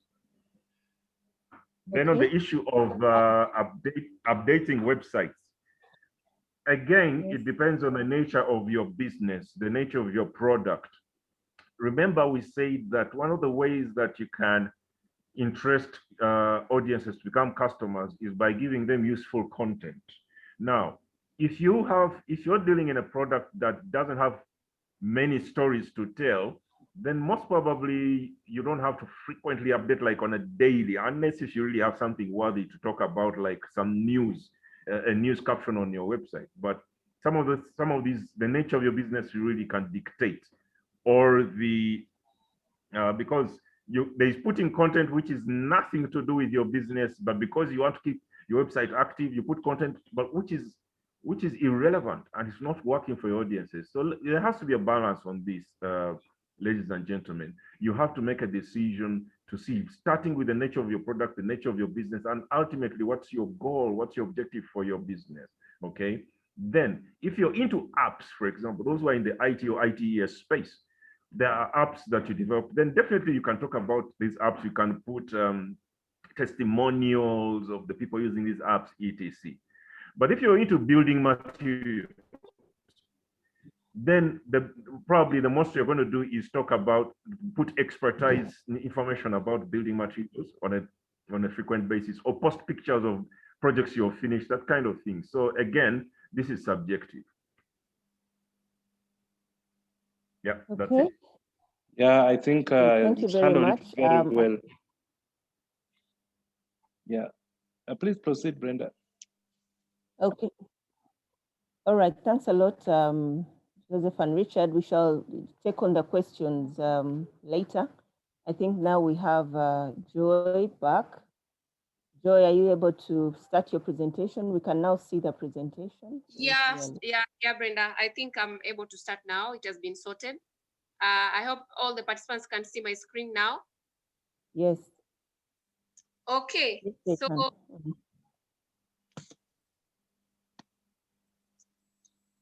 okay, so thank you so much, guys, for the patience. So I'll take the introductions again. My name is Joy Otieno.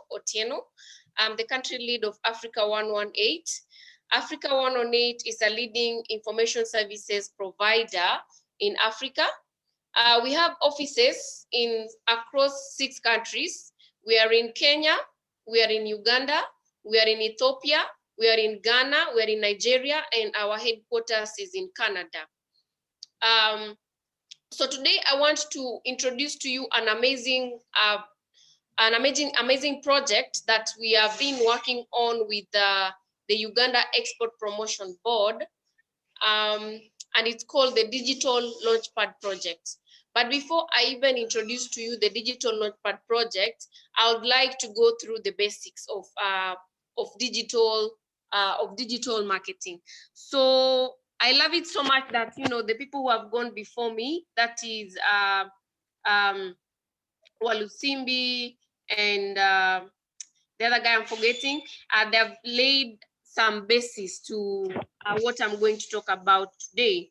So I'm going to take you a bit in depth around the use of marketing tools and social media to grow your business. But before I ever start this presentation, I always ask the participants, because we are talking to people who are already running businesses. And before we even jump into the importance of digital marketing and the different strategies that you're going to use, I always ask this question: what is the most important thing to a business between capital and customers?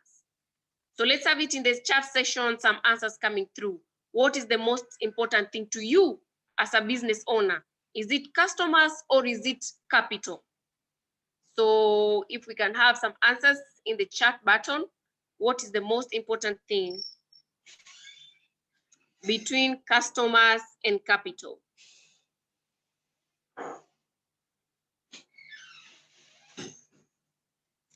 So I can see answers coming in thick and fast. Customers.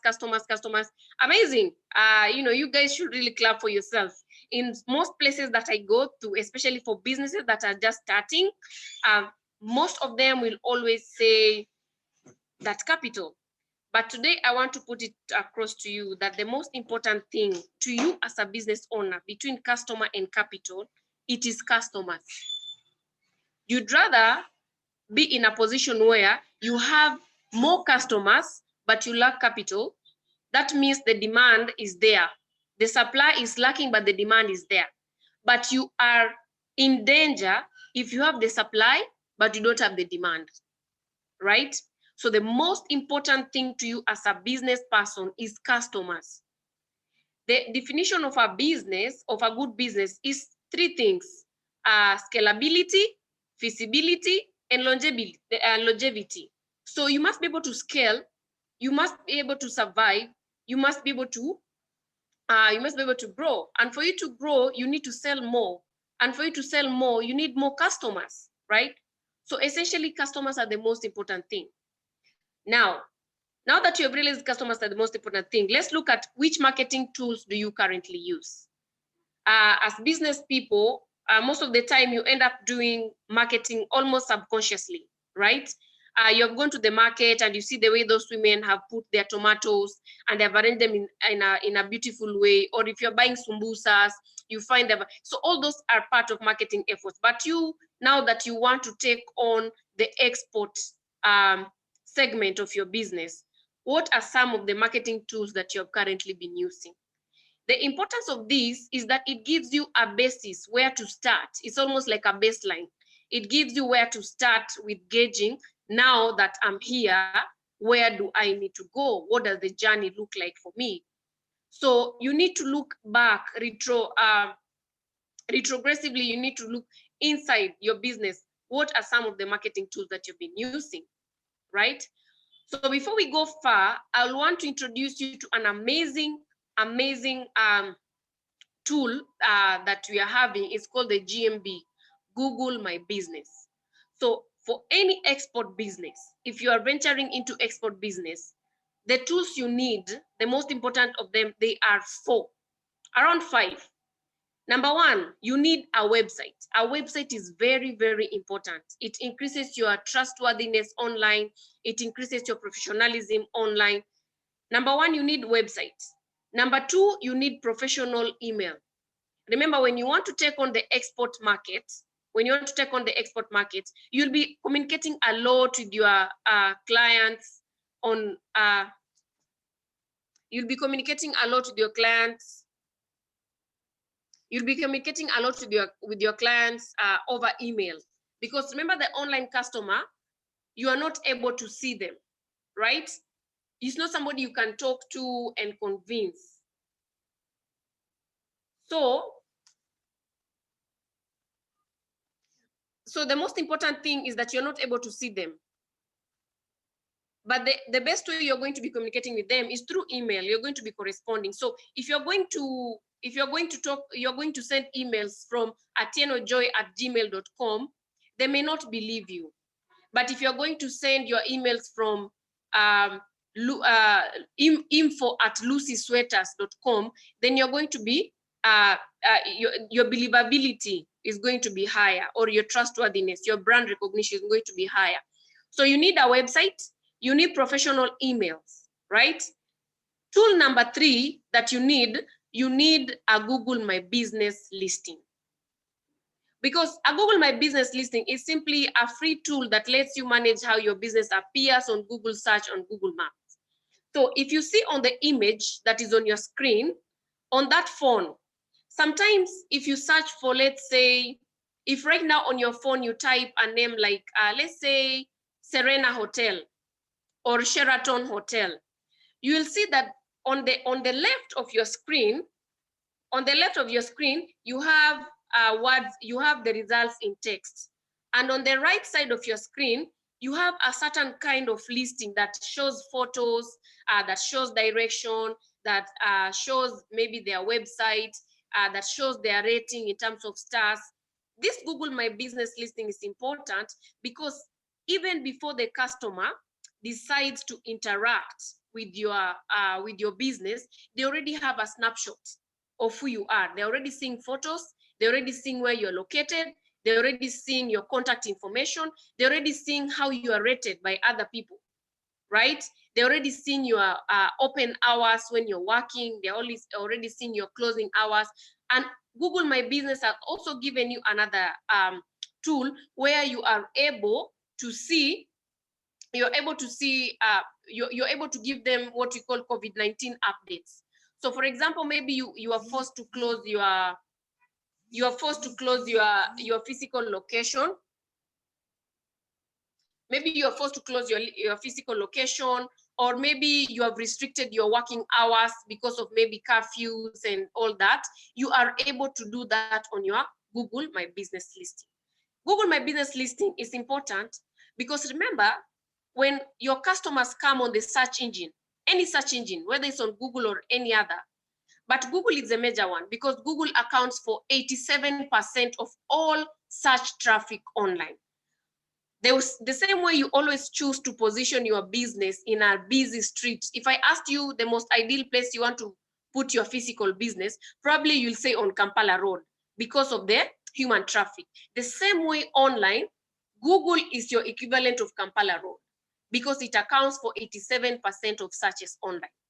And when a customer has made up their mind, they're searching for a sweater, they're searching for a leather bag, they're searching for a hotel, it means they've already made up their mind that they want to purchase, but they are doing last minute comparison before they decide on which one to take on. So you are missing out if you're not listed on Google, whether through Google My Business or through your website. And remember, if you're not there right now, it's not that you're not being considered. People are searching for hotels, people are searching for sweaters, people are searching for leather products, but because they're not finding you, they're choosing your competitors, right? So you're not there, you're being considered, they're not finding you, they're going for your competitors. And the easiest way for you to do this, I think what Lusimbi mentioned, is that search for other businesses and look at what they're doing. They're similar to you. They're not different from you. So a Google My Business listing is important because it helps to attract customers, capture them, because you're able to post photos, your offers, you are able to give customers different ways of reaching you. They can call you, you can tag your phone number, they can message you, they can leave reviews, they can give you a star rating. And also, there is the part of data and insights. When you're online, there is something we call KPIs and ROI, your key performance indicators vis-a-vis your return on investment. Your key performance indicators are what we call data and insights. So now you need to establish your goal, right? When you're going online, you need to establish your goal. Why are you going there? Is it that you're just starting and you want to get brand awareness? Do you want to make more people aware about you? Are you at a point where you want to scale up and you want to sell more, right? So you must have your goal in mind. Once you have your goal in mind, then this one will help you to set up what you call your key performance indicators. So with Google My Business, it shows you the number of clicks you're getting, the number of calls, the number of bookings, right? And I think Walusimbi mentioned around conversions. So you must also understand how to interpret data and insights. The good thing, the Google My Business interface makes it so easy for you. By simplifying it, you're able to see which words are people using to mention you. We have what we call keywords online. So it's not a matter of just writing a post for the sake of writing a post, right? It's not just writing a post for the sake of it. It's about being very intentional about everything. The photos you put online, the captions you put, they must have what we call keywords. So a complete business Google My Business listing is important because number one, you are able to be considered. You're like 3 times more likely to be considered because remember, the online customer is super impatient, very impatient. They don't have time. They want you to hit them and hit them hard when you still have their attention. So the online customer journey is what we call see, think, consider, and then do. The online customer will see what you have posted, what you have written. Does it resonate? Is it relevant to what they're looking for, right? Once they see, they start thinking, okay, this bag looks nice. Okay, this sweater looks nice. Will it look nice on me? Will it look nice on my children or any other loved one? After they think, they start considering. They look at the quality, they look at the size, they look at how funky it is. and then the final process is doing. So most of the time, we always consider customers. Your offline customer may be one who buys, but your online customer is one whom you have to influence all their actions, from what they see, from what they think, from how they consider, and to what they do. So the process starts way early. So once you understand this, then it becomes much easier. It becomes much easier for you. So that is one tool, Google My Business Listing. Now, with Google My Business Listing, how we get you on board, don't worry about it. We have gotten into an understanding with the Uganda Export Promotion Board. So all of you are going to be put on Google My Business Listing, and I'll dwell into that some more. So I just want to give you a basis of what exactly you are going to be getting out of this arrangement. So that is all about Google My Business Listing. So right now, I'd like us to talk about your digital marketing strategy. How to come up with your digital marketing strategy. I'll take questions right at the end. I'm skipping some slides because it is quite long and probably we don't have all that time.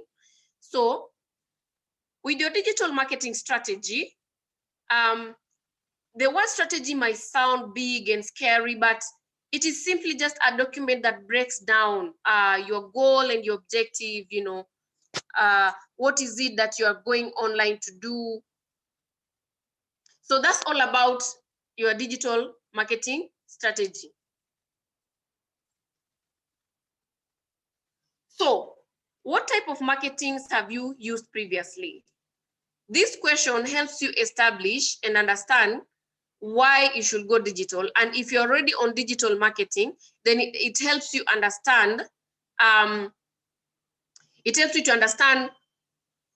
how you can better your strategy, how you can target it, better.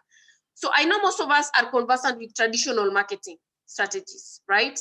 Traditional marketing is around the use of newspapers and magazines, the use of billboards, the use of TV. There's another one you call OH, out of house marketing. So I think all of us are conversant with this. And with most businesses, they will tell you they rely on word of mouth, they rely on referrals, they rely on using flyers and posters because, you know, probably it's cheaper and inexpensive, you know. But when you want to take on the export business and you want to target markets that are outside our, you know, our local boundaries, you want to sell in Kenya, you want to sell in America, you want to sell in Europe, it is not possible for you to be taking a flight every other day to go and meet clients and pitch. It's not possible. So what is the most cost-effective way that you can do this? It is digital marketing, right? And I've already exposed you to one of the strategies, which is Google My Business. So digital marketing takes on different forms, like you can see on your screen. On the first slide we have, or the first red box, that's what we call search engine marketing. You are targeting customers at the point when they are searching for products or services on the search engine like Google.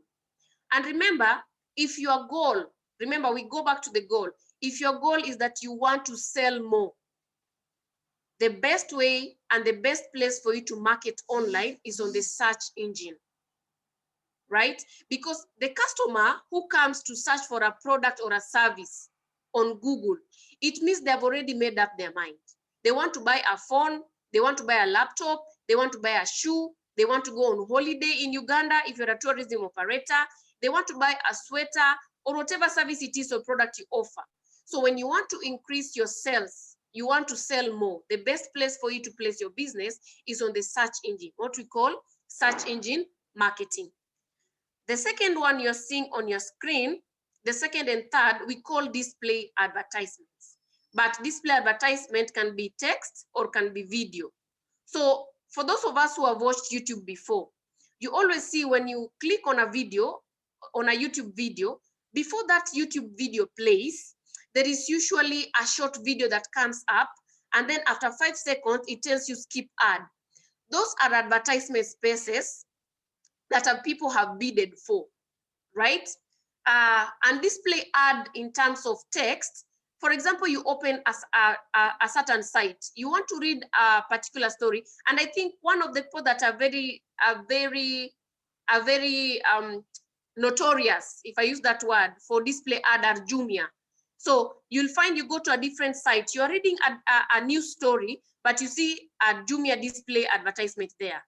Or you want to watch a video and you see a Jumia or Glovo of recent, you see a Glovo or a Jumia advertisement popping up. So these are people who have taken that initiative. So display advertisement is important to your business in terms of brand awareness, making more people aware of your product, increasing reach, and increasing brand stickiness, like increasing customer loyalty with your brand. So those are some of the strategies that, some of the digital marketing strategies that you can use. Now, why we are asking you to go digital? The importance of digital marketing over traditional marketing. Digital marketing is low cost. All you need is data bundles. If you can do it yourself, all you need is data bundles and you go. And in Uganda, we have data bundles as cheap as 250 UGX. Traditional marketing is costly. Go and try and find a slot, an advertisement slot on TV or radio, and you'll be told the amount. It is shocking. With traditional marketing, it is one way. If you're going to market for your product, let's say you want to get more calls, it is very hard for you to measure that you're getting more customers because of that advertisement.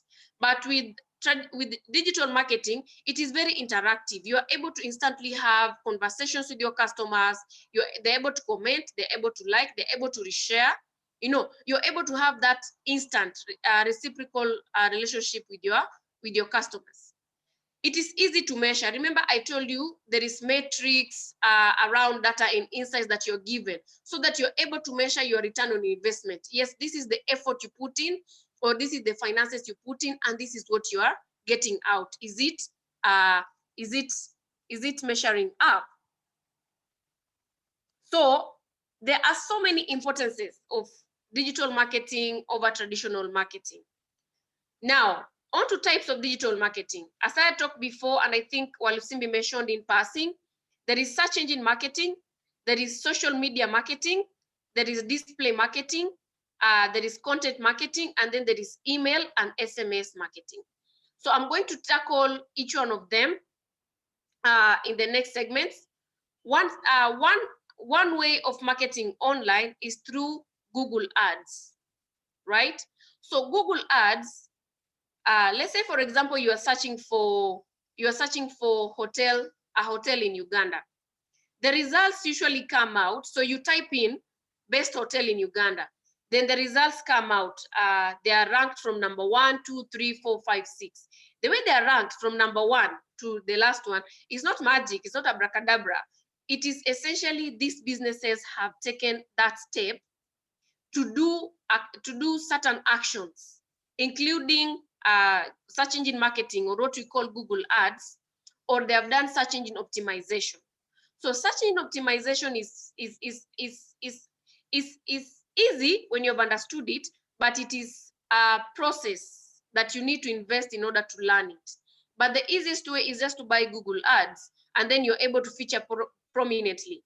If you see those results that usually appear number 1, they usually have a small text written with a green background with letters AD, meaning advertisement. So when you pay, you are given the right to appear number 1 as the best hotel in Uganda, right?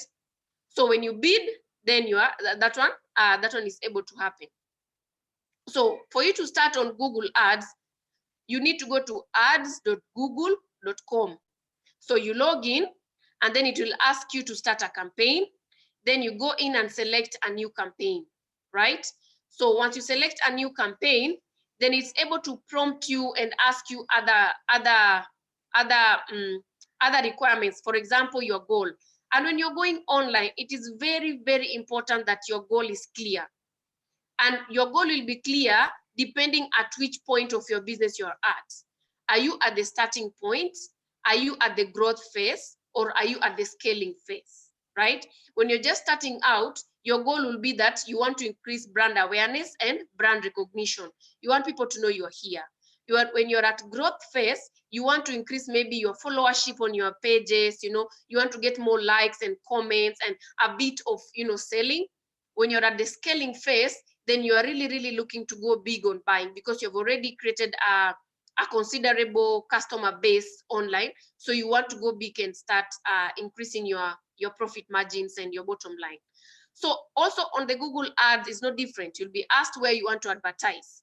So when you are exporting, when you're going to the export business, probably your specific market, if you are selling Uganda coffee, maybe you have realized Uganda coffee is big in North America or South America. So you want specifically to target that market. That is very possible.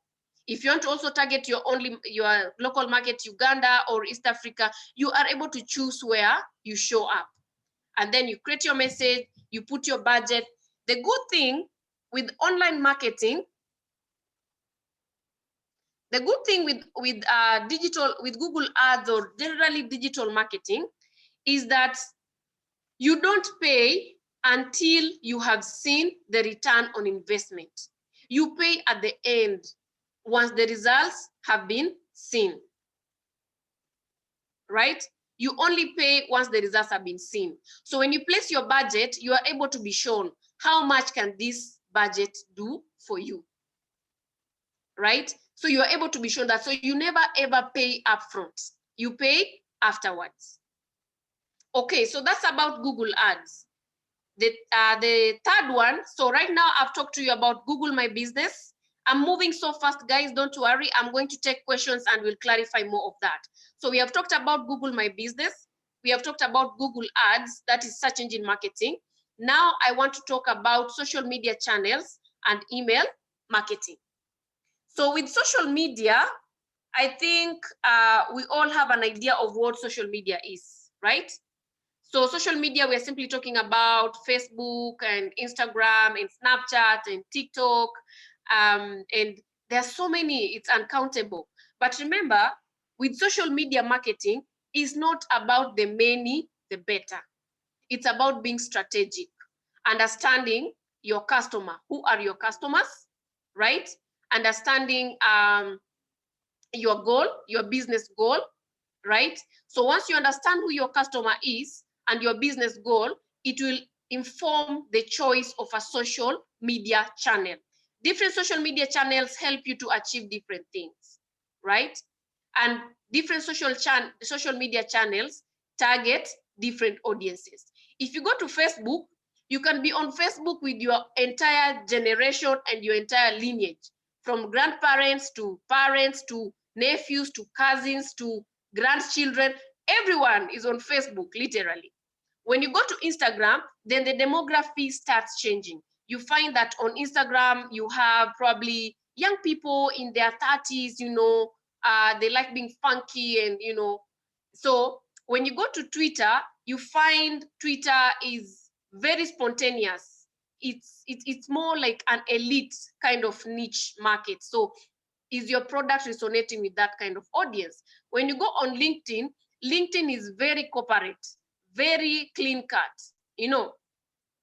very formal. So it's not about picking so many, it's not about putting your business on all social media. It's about picking one or two. And the beauty is you need to pick one. And I always tell a lot of businesses, especially when you want to go into export, social media channels help you with PR, with public relations, right? So with Google Ads and Google My Business and search engine marketing, they will help you in being discovered in these new markets and selling. But once you've been discovered, they will want to go into social media and look, do you post? Were you online in 2020 BC? BC means before COVID, not before Christ. Yeah. So they're going to see, you are online. The last time you did a post on Facebook was 2020 BC, before COVID, right? So social media works well when you're going online and you're targeting the export business in terms of PR. It gives you the flexibility to tell a deeper story, a day-to-day story about your business that may not be possible in other platforms. Remember, a platform like Facebook does not even have a limit on the count of numbers.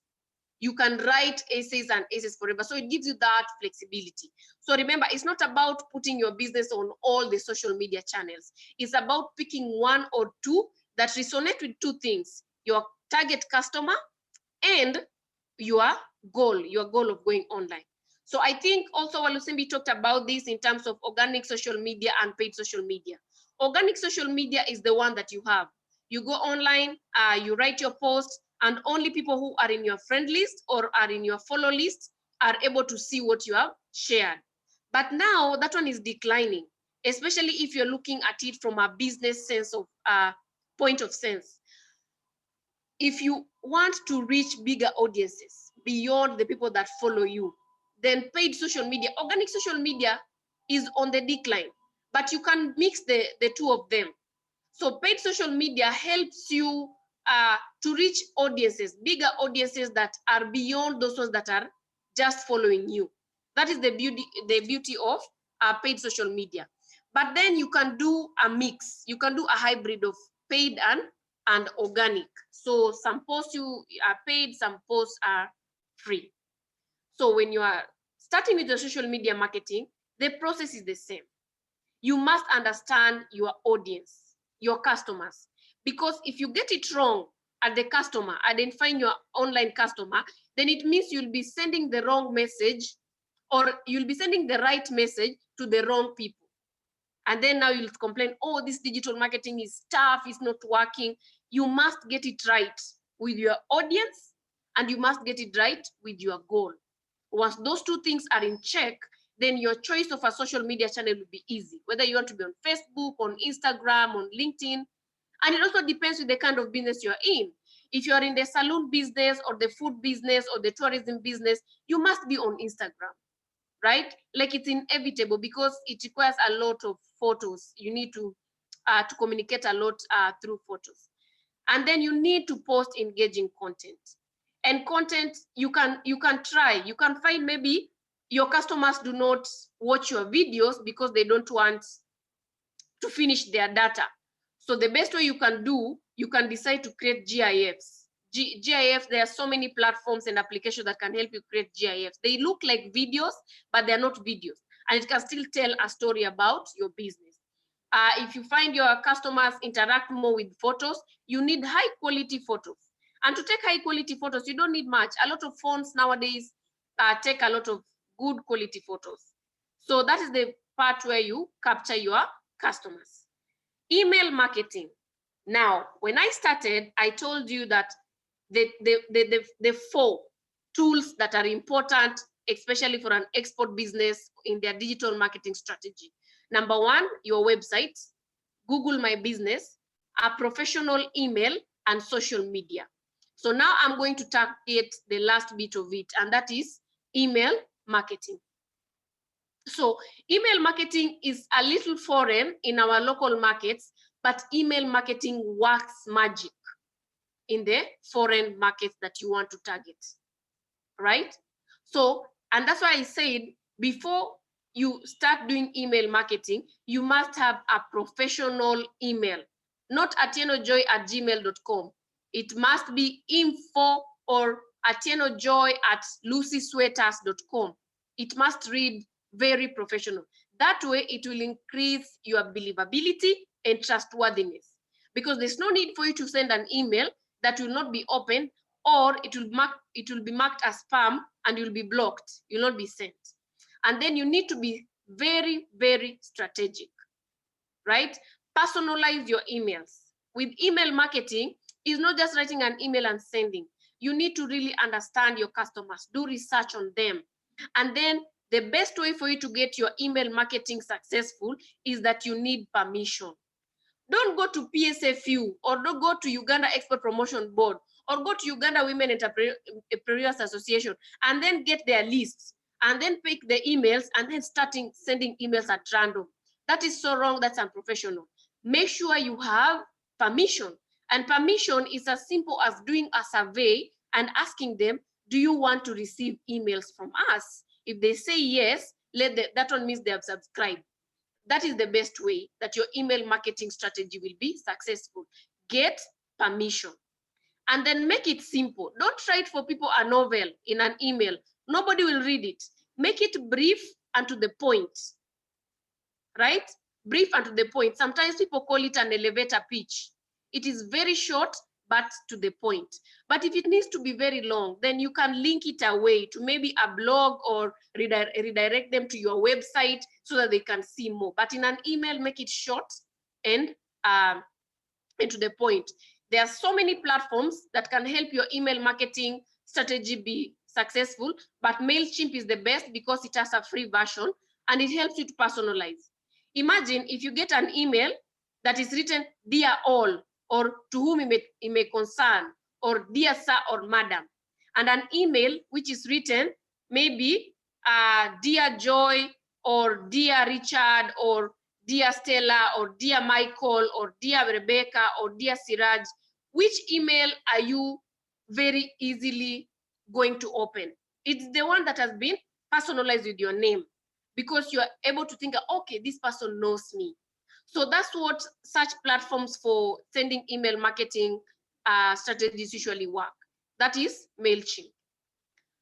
So I'd like to stop here and introduce, I'm going to share the screen with the project that we are running with Uganda Export Promotion Board. Now, I know this is a lot to learn within an hour, and I don't expect you all to grasp this. And that's why we have brought an amazing project in collaboration with Uganda Export Promotion Board. It is called the Digital Launchpad Project. I'm sharing the screen in a bit so that you can see what it's all about.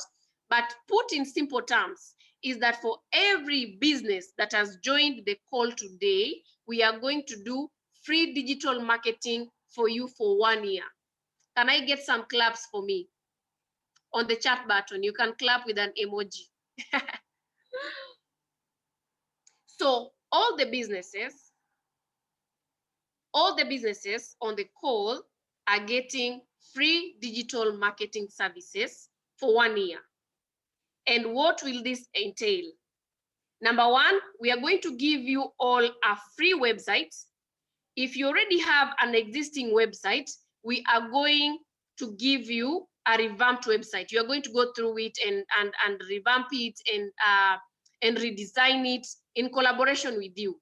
Number two, we are going to put you on the Google My Business listing. Number three, we are going for 1 year to give you free G Suite services. G Suite services comes with a professional Gmail address so that we are not writing emails with atienojoy@gmail.com. We are writing them very professionally. So we are going to get that for 1 year. The last thing, you're going to get social media management services at no cost for 1 year, right? I know it sounds so good to be true. We are not Illuminati or any other conspiracy theory. We are just having the passion to help SMEs to recover, especially after the 2020 meltdown that was brought about by the pandemic. Every business is at the recovery phase. So now this is our contribution on how to help you jumpstart. So we are going to do it free for 1 year. And in the second and third year, remember with Africa on 8, we are a digital marketing service provider. So for the second and third year, you will decide whether you want to renew it at a small cost, right? So I'm going to share a link. I'm going to share a link with you where you can put your details, and then we can start on the project with you. So on the second year, it's going to cost you a little, because remember, with the website, for those who have it, there is maintenance costs, there is the hosting costs. With Gmail, with those who use G Suite, they know how expensive G Suite can be, right? So, but for the first year, do not fret. For the first year, there is no strings attached. We are going to do it at no cost, totally for you guys. And in the subsequent years, then you're going to decide on whether you want to continue or not, or that is important. The other beautiful thing that we are going to do for you guys is that we are going to assign a digital account manager for each business. So you are going to have a personal coach working with you through the journey. If you're going to stay with us in the project for the 3 years, you're going to have a personal coach. So this person will be in charge of posting on your social media, posting on your Google My Business listing, ensuring your website is up to date. But then every month, as you can see on your screen, every month we are going to be having a training for you guys, right? So somebody will be doing it for you, but we don't want that dependency so much. Somebody will also be teaching you and taking you through this process. So the first year, it is totally free, as you can see, 100% free. You're going to access all that. Google Ads, you're going to do Google Ads for you. The goal behind it is that we want you guys to appreciate the power of digital marketing, right? We want you to see and be ambassadors that digital marketing works magic, especially if you want to go into the export business. The second year, we are going to take it a notch higher, because when you're selling online and your customers are asking for export, they're going to be doing the payments online. So we'll do e-commerce integration so that you can be able to get those payments online.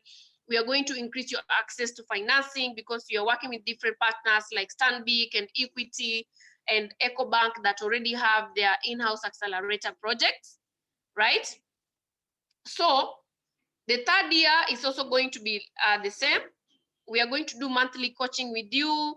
You're going to have a personal digital account manager assigned to your business who is going to walk the whole journey with you to ensure that you really understand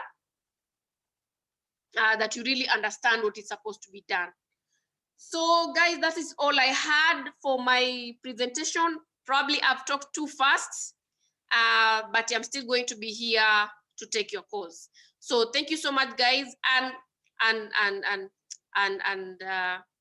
going to stop there and take the questions. Wow, Joy, thank you so much.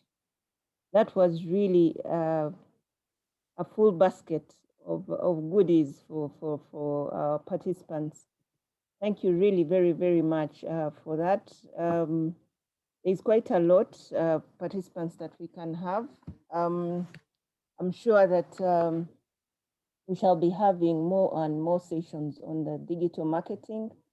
What Joy mentioned, the program that, the project that we are working together, this is really a start for us to enable SMEs who are getting into exports or who are already exporting to build that confidence on the social media and digital marketing space. So this project, we shall be sharing more details with you about how to get on board, and then we shall see how to be able to introduce you to Africa 118. So ladies and gentlemen, now is the time for questions. We have until midday for our day-to-day. So we have about another 30 minutes where we can take questions, and our presenters will respond. Now, unfortunately, Joseph has had to leave us, so we have Richard and Joy to take the questions. So I will go through the questions quickly, and then we shall have a moment where you can put up your hand, and then you ask questions. So Joy, thanks once again. I'll go to the Q&A section. We have a question from Robert, who says, can digital marketing also help us in e-payment challenges? I'll read 3, then we can have those answered and then go to the next. The next one says, if you target customers if your target customers are supermarket stores and groceries, what would be a better marketing platform? And then the other one says, how do you get paid? How do you get to paid? I think, how do you get paid on social media? Okay, so we can start with those three as I look at the rest. Joy, would you want to take on the first one on can digital marketing also help us in the e-payment challenges? Okay, thank you so much. So digital marketing, e-payment and e-commerce is a segment under digital marketing, right? And I would advise that before you get there, you need to be at a point where you're experiencing volume. If you are targeting your local market, like let's say you're just selling within Uganda, make it easy for your customers. Especially in our African context, e-commerce is still growing because people are still skeptical about putting their ATM card details online and whatnot. I will advise if you are selling within a territory where all your customers are within, make it easy. Especially across Africa, mobile money has grown tremendously. If you can just incorporate that aspect of them paying by mobile money, especially locally, that will be fine. But when you're taking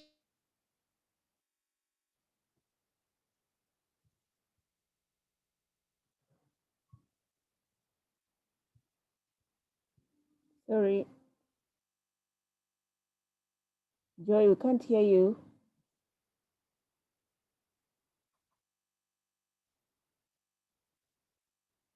Hello, Joy. We can't hear you.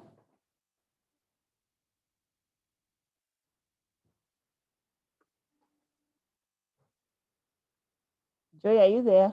Have we lost you?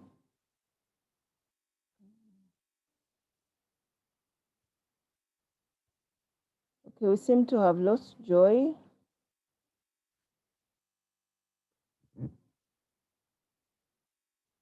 Richard, are you with us? Yes, let me try to add some value to what she was responding to. Okay. So challenges with e-payment. First of all, the internet, again, when you look at it from another perspective, it's not only about marketing. So, however, marketing is the key part that we're discussing today.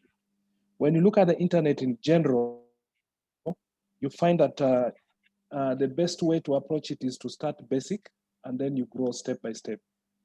Normally, from a business perspective, it's advisable that you start with basic content, more of providing information about yourself, what you do, who you are, where you can be found. Then you go even to a more interactive stage where you begin to offer customer care and maybe, do some interactive services or parts of your business processes online. And then that is normally where you start the marketing activities. And then you can go further to the stage of e-commerce, where now the payment issue comes in. And with e-commerce, of course, you have to work closely with integrators, meaning that you have to integrate with systems that handle the financial aspects of receiving the money. It could be even merchant accounts within some banks, and it could be e-money, which is online, some types of money available online. I don't know that Google has started providing something, some kind of value like that, or maybe Facebook, but that you can explore. And then you can go to what we call also total transformation, which means you take all your business processes online, from the supplier, with all the inputs that come into your business, with the processes that convert whatever you're doing into outputs and what you give the customer, and also handling of the customer, and all those go online. And then you start hearing about enterprise resource planning, e-supply chain management, e-CRM, and so forth. So it's the topic can go bigger and bigger. So it's good to go in phases: information, marketing, and some processes. Then e-commerce, where you need to integrate with financial people, and then a transformation or a totally parallel business that runs online. So I hope that helps you on how to get paid, and it could be through Visa, Master, debit, credit card, which works with merchant accounts. It could be through mobile money, which is integrated with a bank account, and so forth. There's a lot of technology behind that, but you can get paid in several ways. Okay, Richard, I think you can continue with the next question. The one which was talking about supermarkets. If your target customer is supermarket stores, groceries, what would be a better marketing platform? So if your target market is, so you want to sell to supermarkets, or you want to sell using a supermarket as a distribution channel? Maybe we need to clarify, because yes, please. It was raised by Edson. I think he wants to sell too. Edson, you can clarify? Okay, I got it, yes. My target customers are supermarkets, stores, and groceries. What would be better marketing platform? So again, you go back to the basics we shared earlier. Normally, you want to know, how do supermarkets source their purchases, the products, the inputs they need as supermarkets. There is, of course, the traditional and the physical method. There is also the online method. And if you see that maybe they do open searches, then you can also consider the Google search that Lady Joy was speaking about. If you think you can maybe do direct email marketing, you could consider that. And but sometimes you see, again, technology is facilitating and making things easier for us, but it has never replaced the actual physical connection between you and a person. For instance, a supermarket, I believe that is a business to business kind of discussion. So it's not B2C, it's B2B. With B2B, if they are not far away from you, the easiest is just to pick up a phone, get an appointment, and physically, meet them and present what you have to sell to them. Otherwise, then you can consider email, you can consider making your site attractive for them, and you target them. Again, using the procedure that I shared earlier on how to reach your target audience. So I'll share with you the information, and we can talk also one-to-one more about these marketing approaches and tactics. My company is also doing that as a business, so feel free to share more with me in person. Okay. I think we have Joy back, Brenda. Maybe she has something more to add. She might have some elaborate information to share on these subjects. Joy, are you back? Yeah. Okay, I'm back. Okay. Yeah, so just to add on what Richard has said, the beauty about digital marketing is that it does not demarcate whether it's creating a B2C connection, like business to customer, or B2B, business to business. The beauty is, once your goal is clear, it is able to achieve both for you, both connect. Now, even these businesses, supermarkets and other brands, they're already online, and they're already on the lookout for such content. So when you're on Facebook, you are able to be connected to even those brands. When you're on search engine, you are able to be connected to also those brands. So that should not be a big worry, like how do I get connected to supermarkets or groceries or that kind of thing. The thing is, make your targeting very, very exact. Just really understand what is your goal, right? Are you trying to sell more? Are you trying to gain more followers or whatever? So that brand awareness and that brand recognition that comes with your name will automatically bring people your way. Let me give you an example. For those who are on Twitter, there is this lady who calls herself Slave Farmer. She's a farmer, she sells tomatoes, and she has no other avenue of where, if you're on Twitter, you go and follow her. She's called Slave Farmer. If she does not go around, from door to door searching, no. She went big on Twitter, and we have what we call tweet currency. If you're online, you'll understand it. So for her, all she asks is that she puts a post, she has harvested, like right now she has harvested her tomatoes, and she asks, I sell in kilos, I sell in lorries, I sell in crates, whichever quantity you want. So the way you target and the way you how do I say, the way you position your business is how you attract. Because online, all those people you are searching for are online. It will become very hard if you walk to each and every supermarket and try to convince them. But if you give them value online, then it will attract the money. So that's what I can add. Thank you very much, Joy. Thank you for that. We have a question which says, this is Yoram from Jora Shoes, the producer of quality leather shoes and uniform garments. My customers are schools, and I want to penetrate the East African market as of now. How practically do I penetrate that market to reach my customers' schools in the region using social media platforms or digital marketing platforms?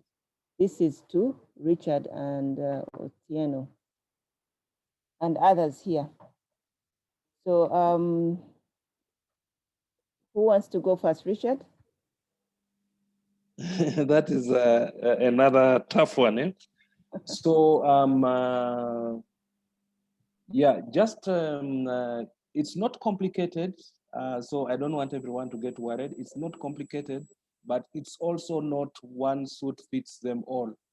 I don't know whether you understand that that statement that I'm mentioning.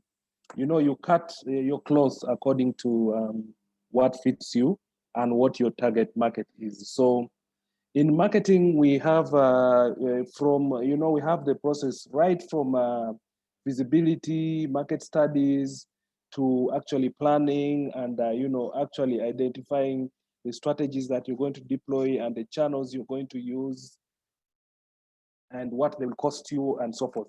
So that means if you're, for instance, your target market is schools, you're going to have to study more about these schools. And this is really technical marketing knowledge that you have to go into, including digital. And that's why sometimes we ask you to outsource, because to what extent can you get this knowledge in-house? There's a delicate balance between how much knowledge can you bring in-house so that you can do these activities in-house, or how much do you outsource so that someone can help you do that. So these are, delicate balances that we need to discuss. So I may not be able to tell you that now, if you're targeting schools, have a nice website and then look for their databases and then start the sales process from whereby maybe you'll use letters and then use a follow-up phone call and then so forth. So to cut the long story short, you need to do some planning to understand your customer better, and then understand which digital tools may work better to reach your customer. Off the head, I cannot immediately say which tool would be the best. But for instance, you could probably ensure that number one, you have a very good website, a well-updated website, which provides very good information about your company, your competencies, your trustworthiness, and of course, some of these are subjective, to say that I'm trustworthy, but maybe the client base you have, and then beyond the website, you can consider maybe do schools consider LinkedIn Professional, that social media? Do schools participate in Twitter? Do schools use some journals, maybe some journals on the internet, where, for instance, PhD students post their information? Do those journals allow advertising? So this is an investigative process that you should go through. Then you integrate all these tools and see how to apply them to be able to reach these potential customers. So a good starting point is the website that Joy has offered. Make sure you clean it up very well. And then you can start driving, writing, for instance, articles and newsletters that target schools and universities, telling them about sharing your expert knowledge in how digital can work for them. On how they can work with you. And so it's a process. It requires some planning, some strategizing, identifying the tools, and then working with the selected ones. So again, it comes back to not one who fits them all.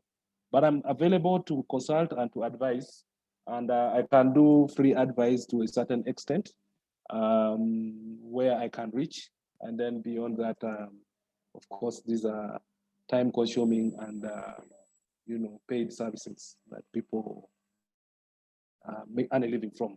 So that is the best I can do for now. Again, since Joy is already practically intervening and helping, I would like to hand over to her to add more. Okay. Okay, thank you so much, Richard. Are you at the corner office at the village? Something like that. So you had actually forgotten who it was. Now you remember. Okay. Okay. So no, I know, Richard. Okay. So what I'll say simply, I'll put it this way: do not sacrifice growth at the altar of short-term profit. Do not be anxious. Do not be running around helter-skelter. Every business, when you're starting, let me tell you, there's no business that is profitable from day one. You must give yourself a short period for growth. And growth is important because growth guarantees longevity, right? In the short term, it may look like maybe you're making a loss, but it should be reasonable. You must measure at the altar of short-term profit to expand to East Africa and sell East Africa. But my question would be, have you already conquered Uganda? And even leave Uganda alone. If you're in Kampala, have you already conquered Kampala? So allow yourself, give yourself that room for growth, from your town to regional to country, then you can conquer the outside market. Why this is important? Because it builds your experience in terms of volume, delivering volumes, you understand? So delivering volumes, because at the point where, let's say today, the other day I went to Ginger, I was doing a training. This lady sells maize. Then she decided to do marketing and she got an order from Kenya, and this person wanted 1 ton of maize, right? But she got it, but she was at a position where she could not fulfill it. And she was like, now what do I do? Because number one, she's not sure about the quality of maize from the other farmers, even if she decides to acquire it from them, right? So those are the challenges that come with growth. Yeah, it is very, very, very encouraging that you grow beyond your local boundaries. But the question is, trust the process. And when you're starting small business, for example, you're selling leather products, start with your local area where you are at. Get a few people to sample it, to give you. If you've already done that, then well and good. If now you're at the point where you're growing, you want to go to the schools, when you're starting at this point, traditional, a hybrid between traditional marketing and digital marketing will work very well for you. walk up to schools, show them what you have.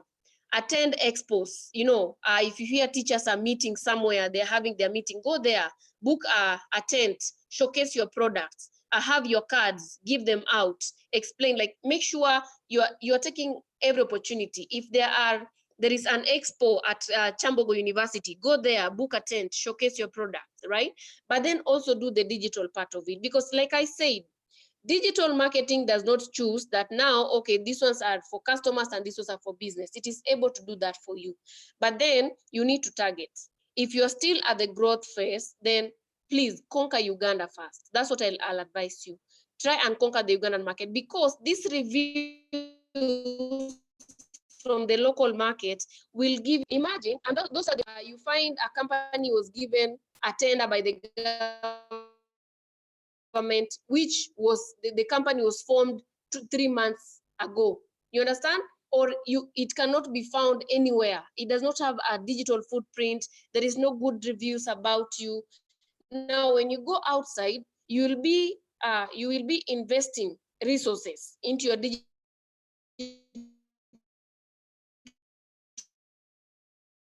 marketing campaign. But because people cannot say it about you online, then you lose out. So I'll just tell you, trust me. That's now that you're there, try digital marketing. Let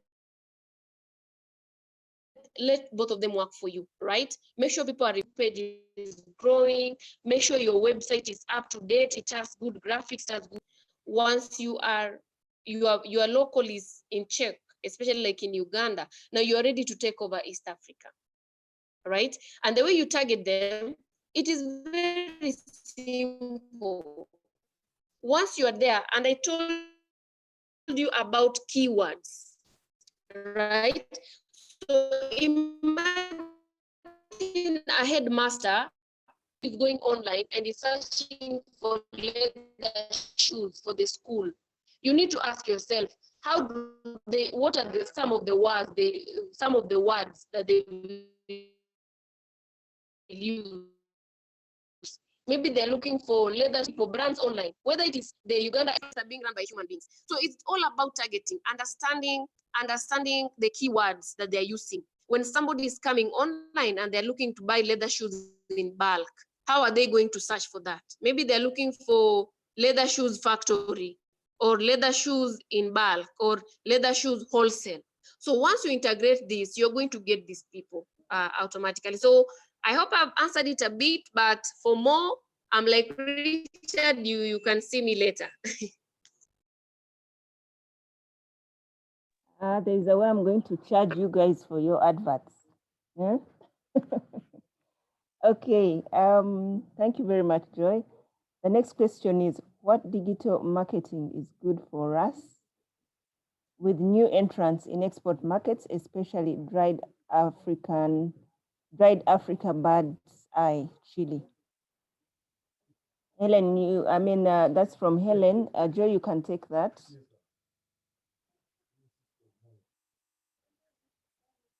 Hello, Joy, are you there?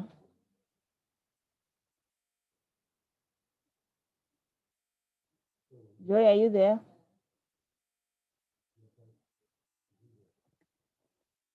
Okay, Joy seems to be off again. Joy is muted. Maybe she can unmute if in case she's speaking with a muted microphone. Joy, can you hear us? Okay, Richard, back to you. You've seen the question from Helen? Okay, yes, I've seen it. What digital marketing is good for us new entrants in export market, especially dried Africa bird eye chili? Okay, yes. These are very interesting and very, very specific questions. And normally you cannot give a good answer to a very specific question because you have to investigate a lot of details. Again, the buyers of bird's eye chili. But what I can suggest is, as an entrepreneur, as an owner of a small or medium-sized business, it's important to also understand the concept of digital marketing, so that before you dive deeper into it, you know, you learn a bit more of how it works. Maybe even open your own accounts in the free spaces. Try to create your own blog. A blog is like a personal website. And once you start learning more about these tools and how they attract traffic to themselves, how websites work, you know, how Google searches work, what other search engines are there, and what is popular in which country. And then you can now start to design your marketing plan, and then you get your tools and deploy some tactics. So for a new entrant in the export market, it's also very dangerous to dive so deep into it, because when you're new, you can easily make mistakes. And you know, when you make a mistake in the export space, you make a mistake for Uganda as a country, and you make a mistake for your entire sector. So it's important to be a bit cautious as you go about exposing yourself. But again, very good website, very nice pictures. Like I told you in my presentation, text, you know, attracts some attention, but pictures attract even a lot more attention. So do a nice website to visualize what you actually have for export, and then go to social media and try to drive traffic towards your site, and see. Then you'll build what we call a pipeline of leads. People who are inquiring, people are asking, and then you can start responding to them, and then you start qualifying those leads as you go along, and some of them might convert into actual business. So start with a nice website, then maybe put a nice page on social media like LinkedIn. Also, you know, once in a while talk about your product on Twitter, which professional groups also follow very much. And with time, you start understanding more how it works. Put some pictures on Instagram, you'll have a following. And then as you understand more, then you can talk to maybe a professional and say, okay, now how do I do a proper strategy? Now I know that India buys chili. I know that China buys chili. I know that Spain and Italy buy chili. What do people in those countries, how do they search for content? How do I make sure I make myself visible in those places where they're searching? And so forth and so forth. So you grow slowly and organically. But there's never a straight answer for you. It involves study. After studying, you analyze, you see your competitive advantage, then you see which digital works for you. Okay, thank you so much, Richard. Joe, did you want to add anything to that? For new entrants? Yeah, just everything that Richard has said is very correct. But one thing I would like to say, especially when you want to get to a bigger audience, then paid campaigns are important to you. Whether you decide to do on the search engine, on social media, on display advertisement or video on YouTube, because the challenge is organically is good, but it's good when you mix it up with paid part of it. Because imagine if you're just starting, you are trying to grow brand awareness, and on your page, you only have 5 people who have followed you. It means every time you're making a post, it's only those 5 people will see, strictly only those people. But if you want to get to a bigger audience, create brand awareness, brand recognition, or sell more, or get more people to like your page, comment, those kinds, you want to get more engagement on your page, then it's inevitable in your marketing plan that you have the paid version of it. So, and that's why I brought the idea of KPIs versus ROI. So when she says that she wants people to know about her chili business, then she needs to determine she's going online, but what is her goal? Does she want brand awareness, or does she want to sell more? But for you to sell more or to get more people to know your business, then there must be you must put some investment, some money into it, finances. So just have your KPIs and ROI in check, and then incorporate paid marketing in your Okay, thank you very much. digital Joy. marketing strategy. Okay, Joy, thanks a lot. I think Helen I think they actually already have a website, if it's the association I'm thinking about. So they seem to be, you know, well positioned in terms of their website, but definitely, as you have advised, their KPIs and what they are looking for needs to be clear so that they can get better advice. We shall see how to link them up with you so that they are part of that program. We have Andrew Kabito, who says, my question is about Google My Business. I tried implementing it, but I got a challenge when it came to verification. How do I go about the verification process? Joy, I think that's for you to answer. Okay, so the verification process nowadays, it happens in two. Remember, the Google My Business platform was designed in America, California. So initially, they put two ways of verifying, either by postcard or by, I think, phone, but the phone was removed. Now, when you choose by postcard, remember in Africa, our mailing infrastructure is almost dead. So even if you put your box number, it will never come. Now, that's where Africa 108 comes in. Africa 108 is a trusted Google verifier. So we are the only ones in Africa that can verify your business. So get in touch with me and your business will be verified in less than 24 hours, because Google trusts us. When you tell them, okay, your business is legit, it exists, and it is operational, they'll believe it. So why you're having that challenge is because you don't have somebody to verify you. So we are able to do that for you at no cost. So just get in touch with me and then I'll get it verified.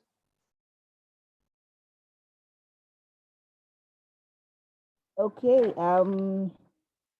now I want us to conclude this session.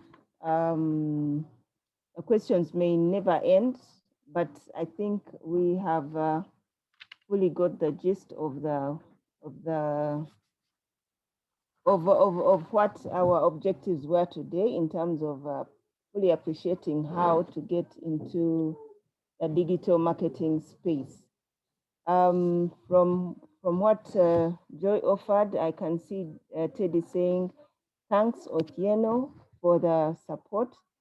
Victors of Our Lady Limited would indeed like a coach to walk us through digital marketing. Then Goodness is also saying, thanks Joy. I was almost wondering how I was going to implement all you have said. Seemed impossible until the Digital Launchpad program. Wonderful of you and UEPB. So I think in terms of the Q&A for all the presenters of on digital marketing, I think we have kind of exhausted all of them. Now, it's already midday. I wanted us to have our presentation that we missed yesterday. I don't know if you remember, yesterday we were supposed to have a presentation from Sam Karuhanga on international regulation and guidelines for labeling and packaging of exports. Now we missed that, so I thought it would be important for us to have it now so that you are not cheated of your time.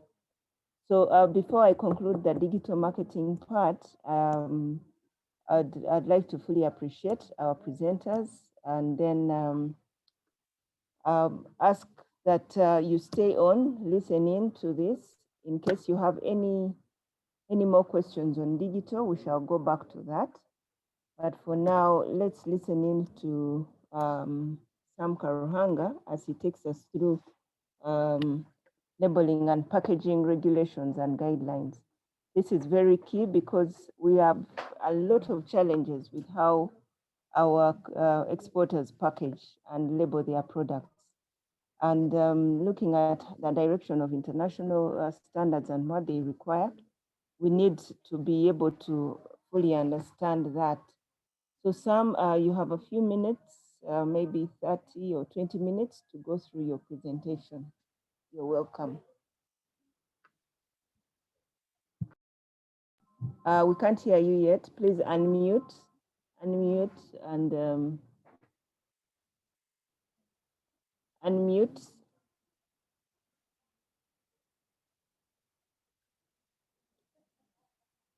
Sam, kindly unmute.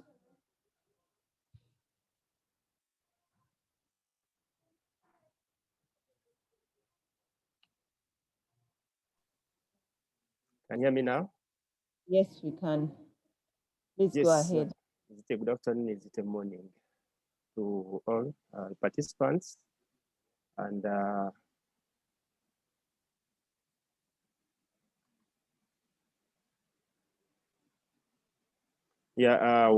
be looking at international regulations and guidelines for labeling and packaging of exports.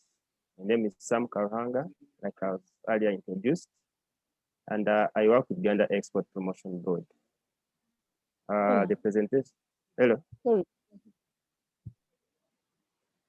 Hello. Yes, please. Sam, go ahead. Okay. Go ahead. The presentation outline talks about the EPB, World Trade Organization, packaging, labeling, and then regulations stroke guidelines for packaging and labeling of exports. We realize we have regulations and guidelines. Some are mandatory and some are guidelines which are not mandatory, but which are beneficial to all the exporters, producers, and manufacturers of products that require to be packaged. At Uganda Export Promotion Board, since we are looking at regulations, I will only look at the one highlighted in red, which is our act. The UPB was brought into place by the Act of 1996. And this one shows that we are looking at regulations. So much as they were looking at regulations for organizations, SMEs, but also we're looking at regulations of us being in place. So we are there in the regulations. The functions of UEPB, these ones were put there for reminding us. I know other people have talked about them. Since I have limited time, I may not look at them, but it'll be in part of the presentation that will be shared to us. The regulations, rules and regulations governing trade, these are governed by the World Trade Organization, or WTO, is the only global international organization dealing with the rules and regulations between trade and trade between nations. As you realize in the red color, it is at the heart of the World Trade Organizations too, for the agreements be negotiated and signed by the bulk of world trading nations and ratified in their parliaments. So our representatives in parliament, they after we have had a team of Ministry of Trade go there and negotiate on our behalf, these rules and regulations are forwarded to respective countries in their parliaments so that they are ratified or approved within the laws of Uganda, so that we are agreeing that we are going to follow the rules and regulations. So when you find that it's mandatory, many people will be, times they ask, why do we have to follow A, B, C, D? Why do they have to put 1 or 2, 3 regulations to us?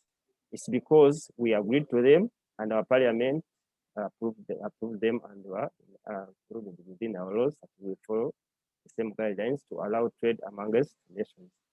And also World Trade Organization puts regulations that cut across, help trade between among nations in a way or the other to avoid or to promote fair trade. So that if you are treated on these guidelines, it's the same way this other country is. Excuse me. It's the same way these other countries are treated. So they are cutting across so that everyone is treated in the same way. That's why they say the goal is to ensure that trade flows as smoothly, as predictable, and free as possible, so that you know how you are going to be treated. Not having this business of tomorrow you are trading as this, the other day, no, this one is not allowed. When they have a shortage, they say, now you can bring more. When they have in printed, they say, no, you don't bring, no. It needs to be predictable. At the moment, World Trade Organization has 164 member states, accounting for 98% of world trade. So you can imagine the other 2% are not the member of World Trade Organization.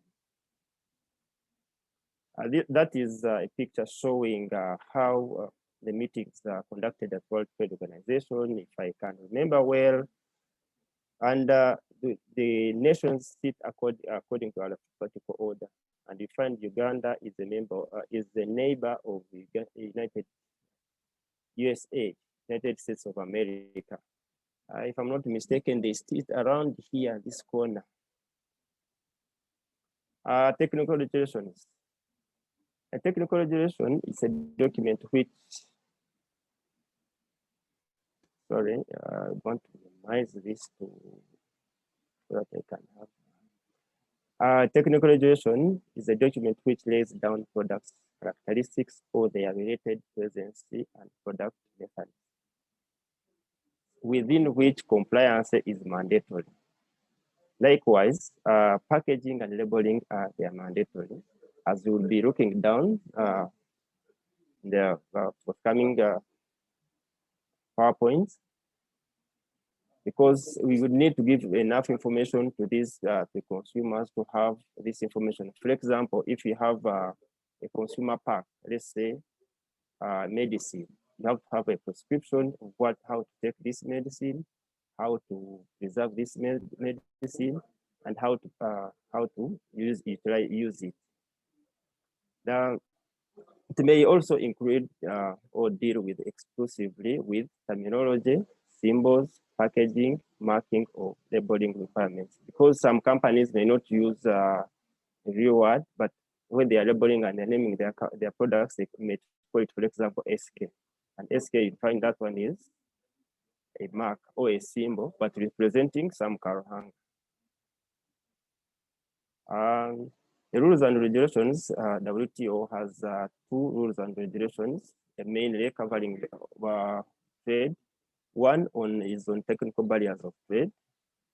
This one, it guides the countries to trade in a uniform way, or how. If they say, for example, the standard for wine is this, and they require all the countries to have to be judged about the same standard. And when you look at our products, normally they have specific requirements on labeling and packaging. And this one cuts across, it's a standard usage. Much as will be synced down, UNBS has also demonstrated some of these regulations for form of standards, but they live from the technical barriers to trade. So that if someone is going to say your product does not meet this standard of labeling, of packaging, it needs to be proven scientifically so that they put it on the table. It's not a hearsay to say, no, your products are not good, your products are not of this quality.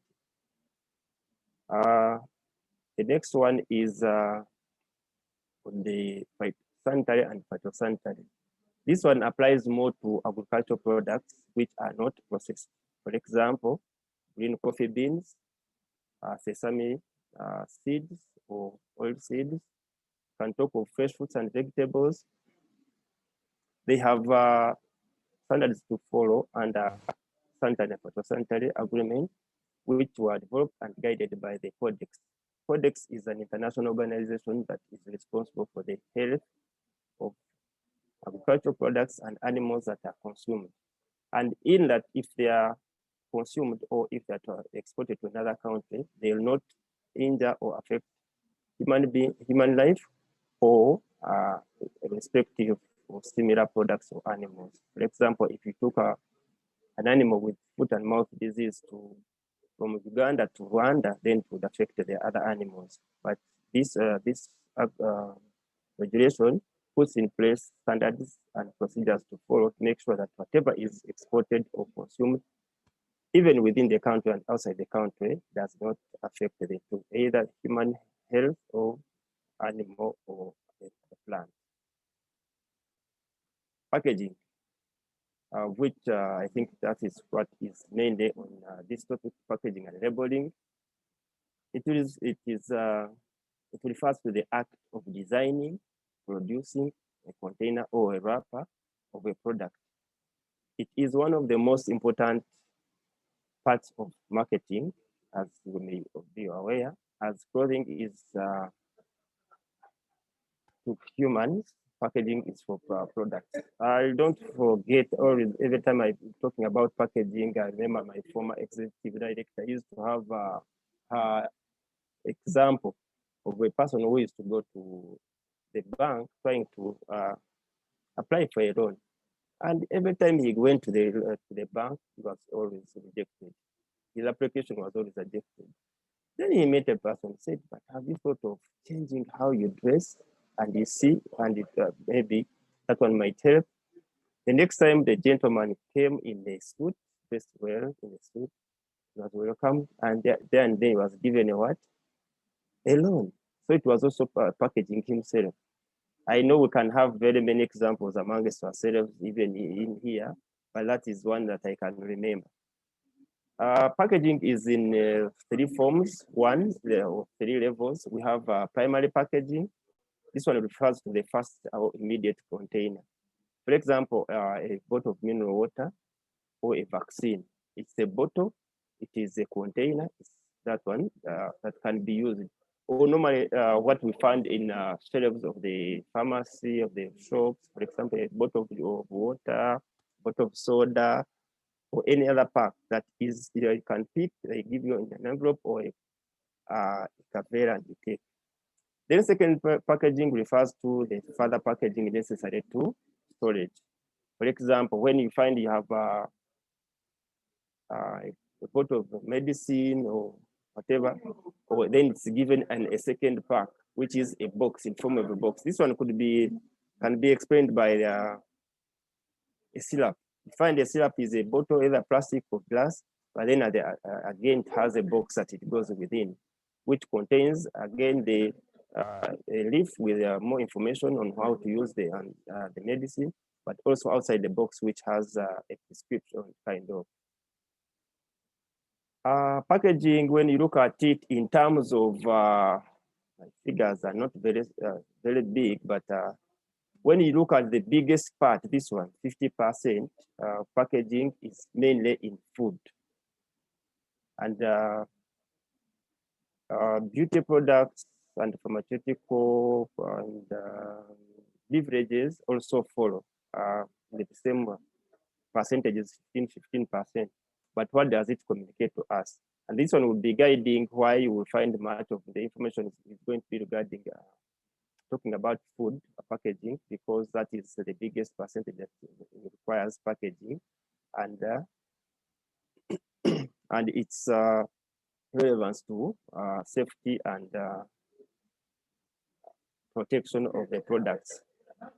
This one talks more of packaging levels. When you look at this one, this is merely the primary pack, which is a bottle, which is a container, but then it's added into this one, which is a secondary package, which covers this one. It gives it more protection. If this one was a glass, it was put in this corrugated small box, it will help on preservation. One, it reduces a lot of heat that is going to be applied to the bottle in case the bottle doesn't, the product doesn't need a lot of heat of temperatures. Second, if it fell slightly, maybe from a short distance, it's likely not to break because it has some cushion. Then here you find, then if there are so many, you cannot put them into a bus, you cannot put them into a lorry or a pickup like that. Then again, you look for another bigger pack, which is either tertiary packaging, transport packaging, or cheaper packaging.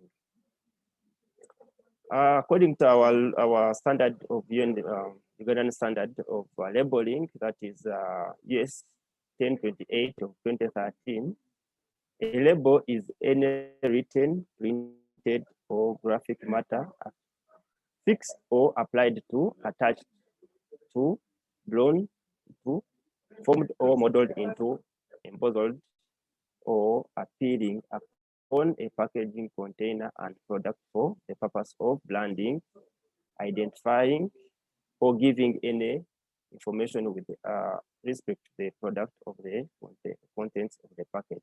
This is as a definition as per Ugandan standard on labeling and packaging. Packaging and labeling were looked at primary and secondary. Maybe now to look on secondary, what type of information that do you need to put on the secondary packaging? It must be clearly labeled for the recipient who is receiving it, giving information on its contents. Then it's supposed to be giving more information on ingredients, on the usage, on the benefits, and also on the other claims that maybe it heals this, it protects this. But you must know that if you're going to give healing claims, that one have to be approved by the National Drug Authority, not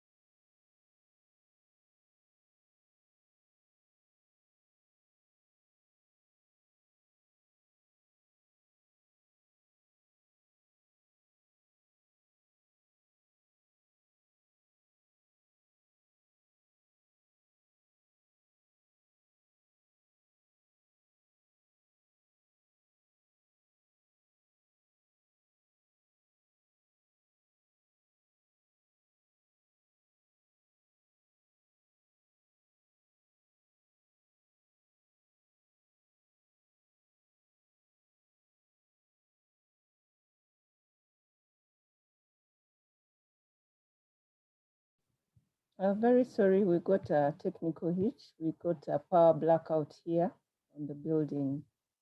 So we'll be back on shortly. We greatly apologize for that.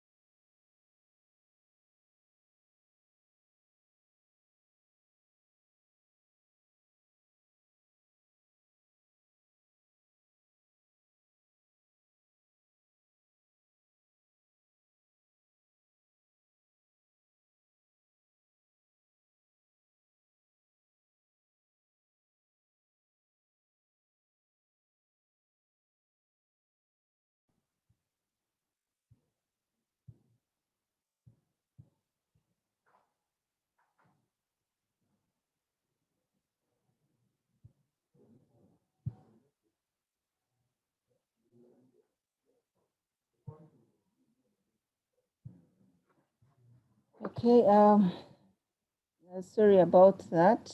I hope you can hear me.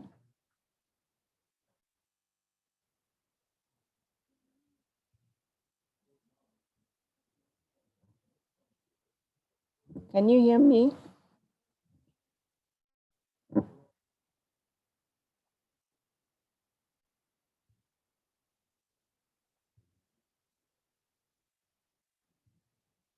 Thank you, Robert. Okay, let's get some on shortly. Then we shall get back. We apologize. We greatly apologize for that.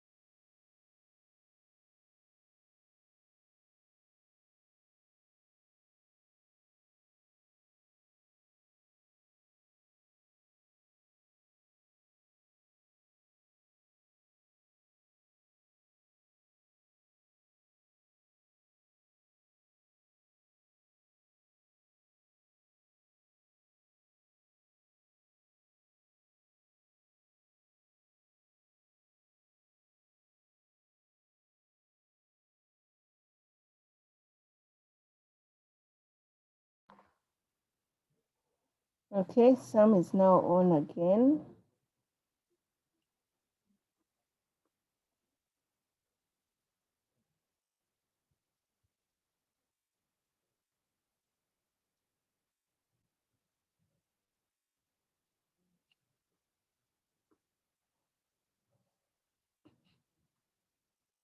Sam, you can proceed now. You can put your presentation in full view. Okay. Yes, kindly proceed with your presentation. Thank you, Brenda, and sorry for the technical bit. Yes, and earlier talked about what finished primary packaging, secondary packaging, and when you look at secondary packaging, the labeling, when you are looking into exports, it should indicate the type of, for example, vaccine type of food which you are packaging, the name of manufacturer, presentation, batch number for easy purposes of traceability and recalling the product in case it has a problem.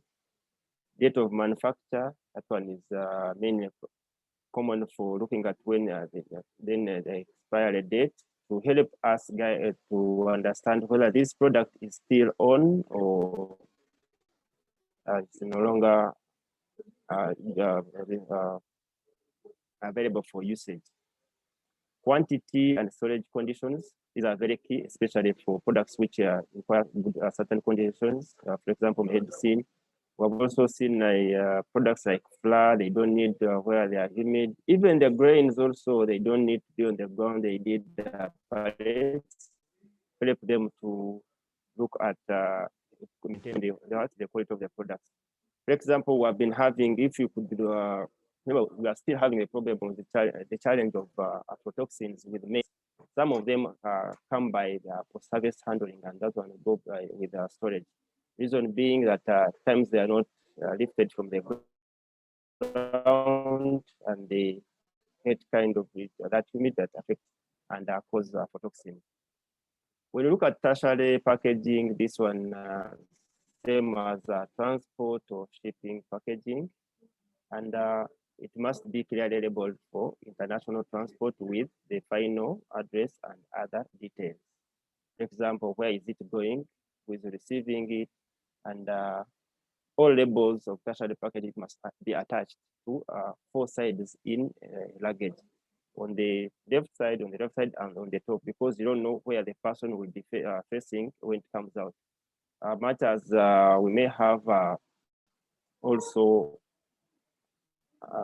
there's something I wanted to show here which I can't see. Let me try to get it. I don't know why it's not showing.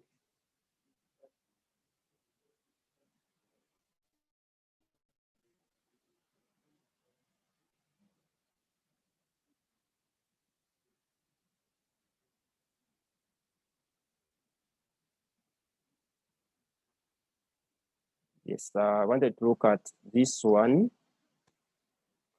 When you look at this box, this one is a mark for shipping. It clearly indicates how you should be handling it, and it indicates the country of origin. For example, if it was fresh fruits and vegetables from Uganda, if it was coffee from Uganda, if medicine from Uganda, that is the country of origin. Then the shipper's mark. Where is your mark as you? What you use, maybe SK. And then it indicates on the gross weight, that is 15 kilograms, and net weight. Here, it helps people to know, because when you're going to ship it, they will consider the inner product, but they consider the gross weight and not net weight. Net weight is referred to for the actual product. But how about the packaging? I got some experience some time back. After I was sending a certain kilos of a given product, I'll not mention here. And me, I weighed, these were 3 kilograms. I got a nice pack, I packed them. I stuffed in some promotional materials, and I took the courier company. I'd already called them prior, they told me about the charges. When I reached there, the charges changed. I was like, but it's the same amount, the same weight. They said, no, you consider the weight of the box and also these other materials. So from that time, I got my own experience to how to handle the packaging and for exports and shipping. Then you must be having the address at the port of loading. Then also the address of the destination, the order number and the entry number, and where the products will be going through, and that's the destination. Yes, I thought I would look at that one so that I handle it at the same time, but to attach too much of the wording and the theory to the picture. That was about tertiary and packaging of exports. And we also have what the functions of packaging. Leave alone the regulations, leave alone the standards, but what are the other functions or benefits of packaging? The packaging helps us to contain the function. The contain function must suit the product's physical form and must be compatible with the product's in nature. For example, if you take an example, if you wanted to trade in honey in the European Union, the container must be of glass nature. They don't use plastic or Kavera or any other thing. So that one has to be in line with the the regulation in that country, but also it must be of food grade. Then handling the transport function. Are your packaging materials good enough to handle the transport? For example, when they ship products from here, be it by air, be it by road, especially by air where we use corrugated boxes, they go through many hands. And at times, at one point, they're handled by machines or trolleys. So they need to be having a certain grade, a certain grammage to be in a condition to handle the stress throughout the journey. And also warehousing from this warehouse to the other warehouse, from the origin of the product to the destination. And there's also the protect and preserve function. What conditions or events will cause loss of value? When you look at mainly the packaging, the primary function of packaging is protect the product. Because when it's within the container, it's protected from adulteration, protected from maybe entrance or addition of other things. That's why you see the products which are very sensitive are always sealed. But when you break the seal, then the person knows that this product has been tampered with. So that is part of the protection, but also from the outside functions, products that might be mixed in. Then the communication and selling function.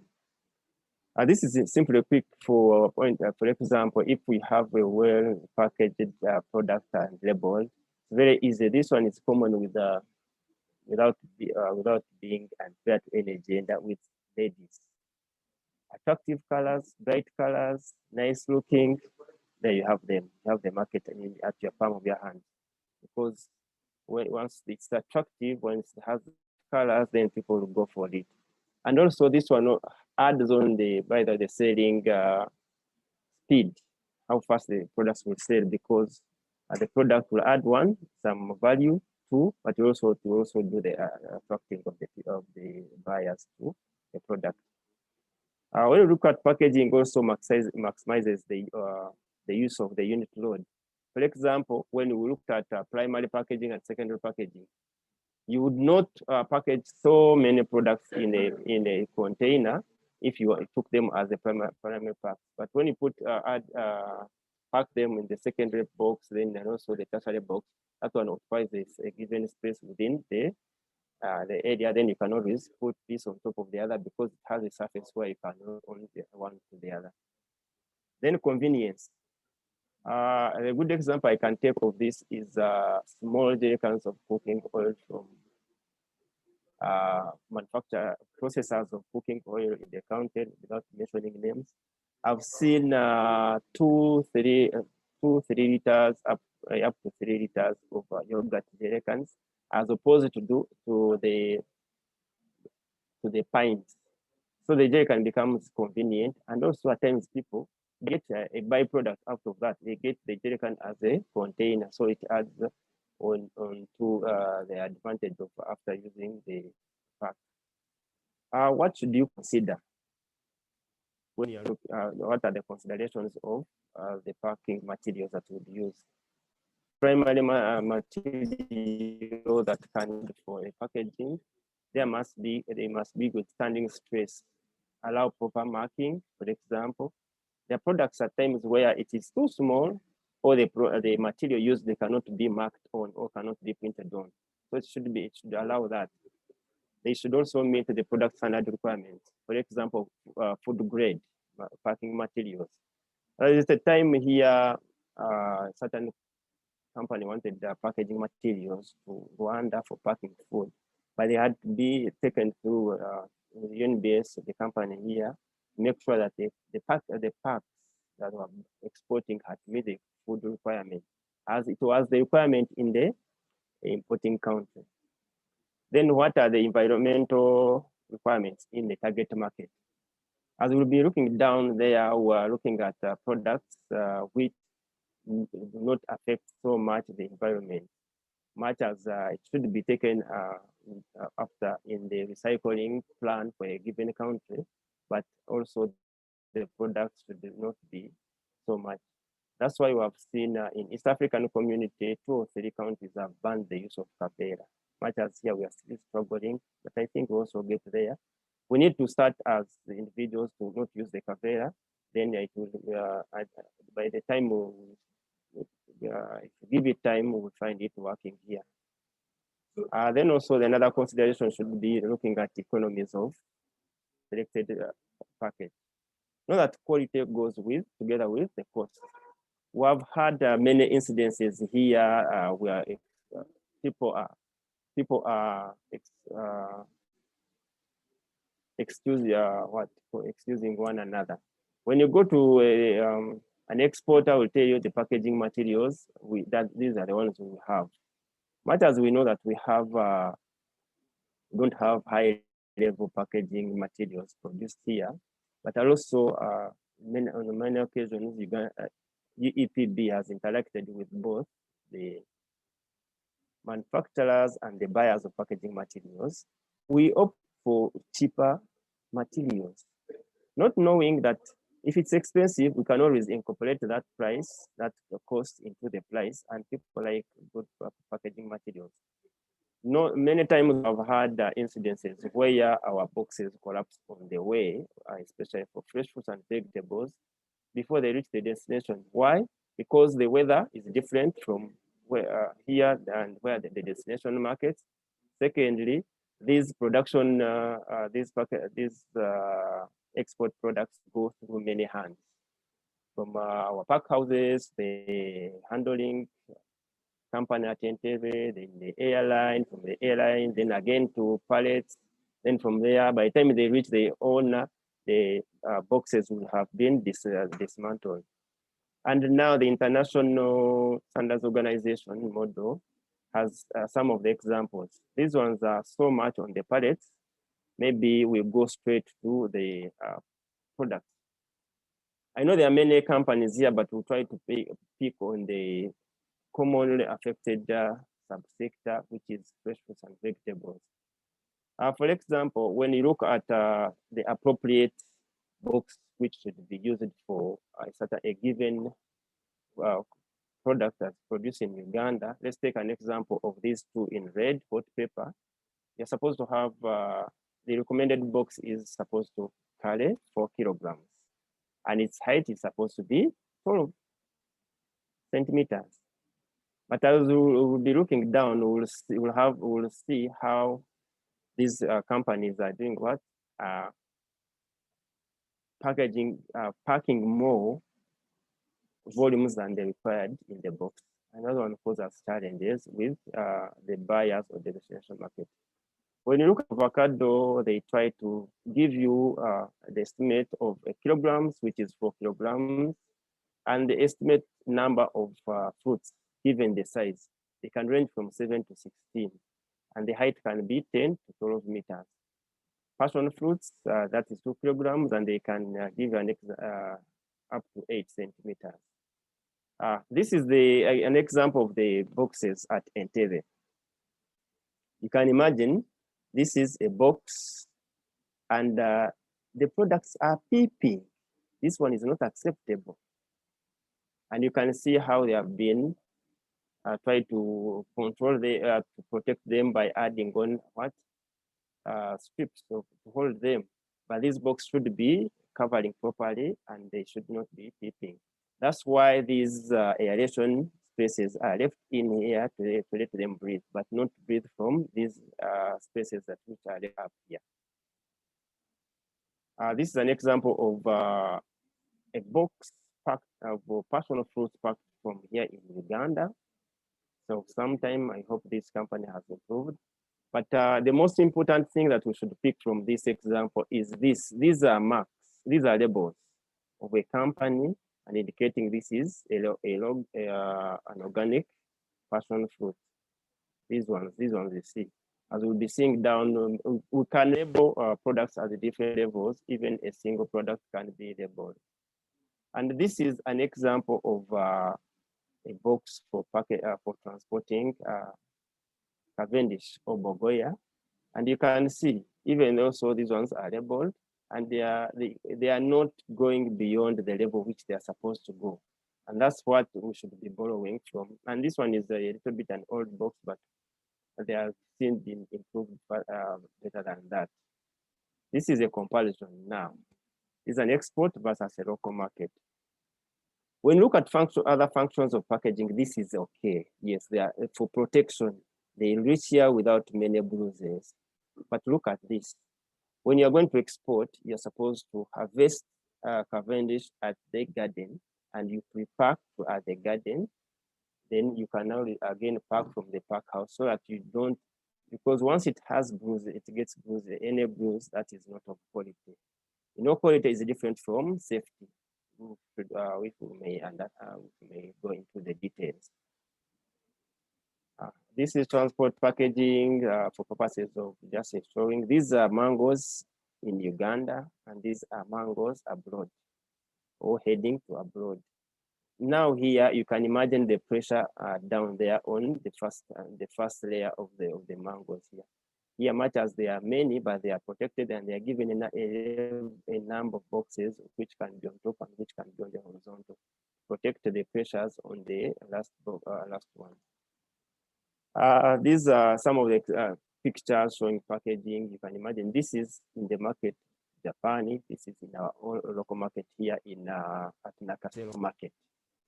That's why we many times when we recommending exporters to start exporting, we want to know your farmers, not to go to Nakasero market to start buying from Nakasero market, because this one cannot meet any standard. One of two things, how they came back. You can see these are mangoes. We had seen how many mangoes are supposed to be in a box and which box they're supposed to be. Already now the ones down already, we are feeling a lot of pressure. Having looked at a few pictures here, now we go back to regulations that govern trade in different countries. When you look at fresh fruits and vegetables in the European Union, by then it still had UK, but now UK, maybe UK different. The regulation, that one as of 2003, the European law does not stipulate obligation explicitly for packaging of fresh fruits and vegetables. Nevertheless, importers might oblige suppliers to use packaging materials that can be recycled. That's what we were talking about above when you are considering environmental concerns when you're going to use the packaging materials. So here, every time we always also advise you that much as we know ABC, you know this regulation, but go ahead to ask your importer how much more do I need to put in place so that the products meet the entry requirements. This is some of the information that may not be open to public. Some people have private standards. For example, those who have had now, like for example, sustainable growth of products.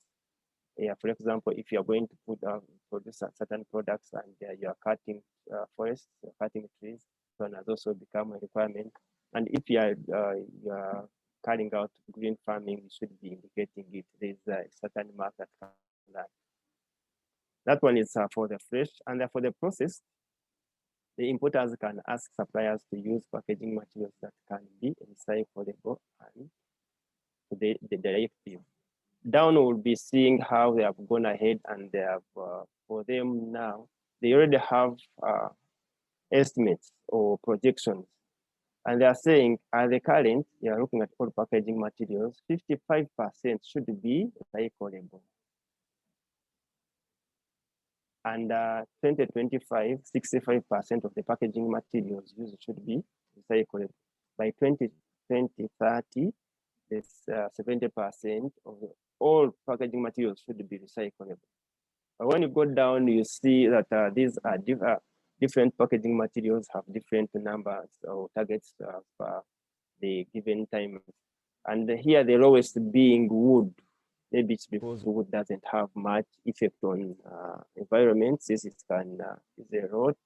And they're saying 15, 25, and 30% respectively. However, you can see the plastic, they are not giving it big chances. And You can see paper and the cardboard have the highest percentage because those ones are easy to be recycled. So you have to consider the labeling marks. They have corrugated boxes which have a little bit of like a polythene paper at the top. So that ones won't be allowed. Only that you'll be looking at increasing the grammage. Then there's also another regulation which is on quality and grading regulation of 2000 and amended amendments by the sanitary directive of 2000 and hygiene, packaging, and materials. Final directive on the maximum residue levels. So the packaging materials and the environmental impact from, you have to consider that the maximum residue levels are not at that high level that will affect the human beings who are going to consume the products, but also where you discard the packaging materials should not affect their soils. Then for the process, they also look at the product regulations of 1996 authorized for food additives. So when you have, we are using this, for example, like today morning, we were handling a standard on labeling of dried fruits and crisps, and it was clear the standard was coming out clearly that these, if you have additives, they should be authorized or the acceptable ones. And whatever additives you have, they should be clearly marked and labeled on the packaging mark. Not this false claims of I've heard of Mukama na Ayamba and the likes. You know, it has to be proven and it has to be acceptable by the given guidelines and standards and regulations. The labeling directive of 2000 also, Stock 13 EC, the need of information pertains to packers, exporters, name, address, and the code, product name, variety or type where applicable. Count of origin is the same boxes that we had seen earlier. Class or group number of fruits, law, or preservation methods. If it is and if it is an GMO, it should be clearly indicated on the box because you don't want to give false information to people who are going to be using it because health concerns are increasing day by day. And we saw this one when people are talking about the gamma radiation scanner. Were guided that it has to be indicated on the box in case you use radiation because it may end up affecting people or psychologically. Certain people might not buy them. And if they find they not label it on the box, then it will cause a problem to the country. Not you as a company, but the country because they end up banning the country. The environmental measures, organic production and directive of 2009. SOC 91 EC, that one guides that if someone is organic, then you have to have required certificates and they must be attached on every consignment that you send. Packaging, where we're looking at, you should give labels, you should give the varieties. Can you see this one is an example looking at the variety is Hass avocado, the weight is 4 kilograms, and the number of fruits were 14, as you can see here.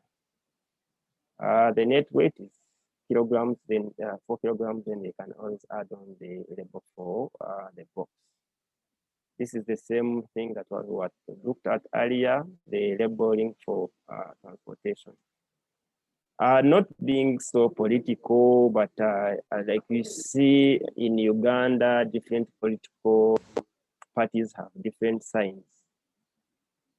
So these signs are used the world over, whether it's you're Chinese, whether you're Japanese, whether you're speaking Indian or any other language. These standards are standard. These signs are standard. It's like how you see the driving schools and the signage, road signs they use. They are also internationally. regardless of what they are called or the language might be used. So equally, these are the same. You can see if you have things which are fragile, use a glass. If you have things which you don't want to be wet, use an umbrella. Then this one can show that this box faces up in case if I can give an example of shea butter, if you put it upside down to spill. So here it will help you to keep your products facing up where they are supposed to. These are the same signs that can be used for different reasons. For example, they can tell you to clap or not clap, clamp, sorry, and keep this side up. Then there's a directive on packaging and packaging waste.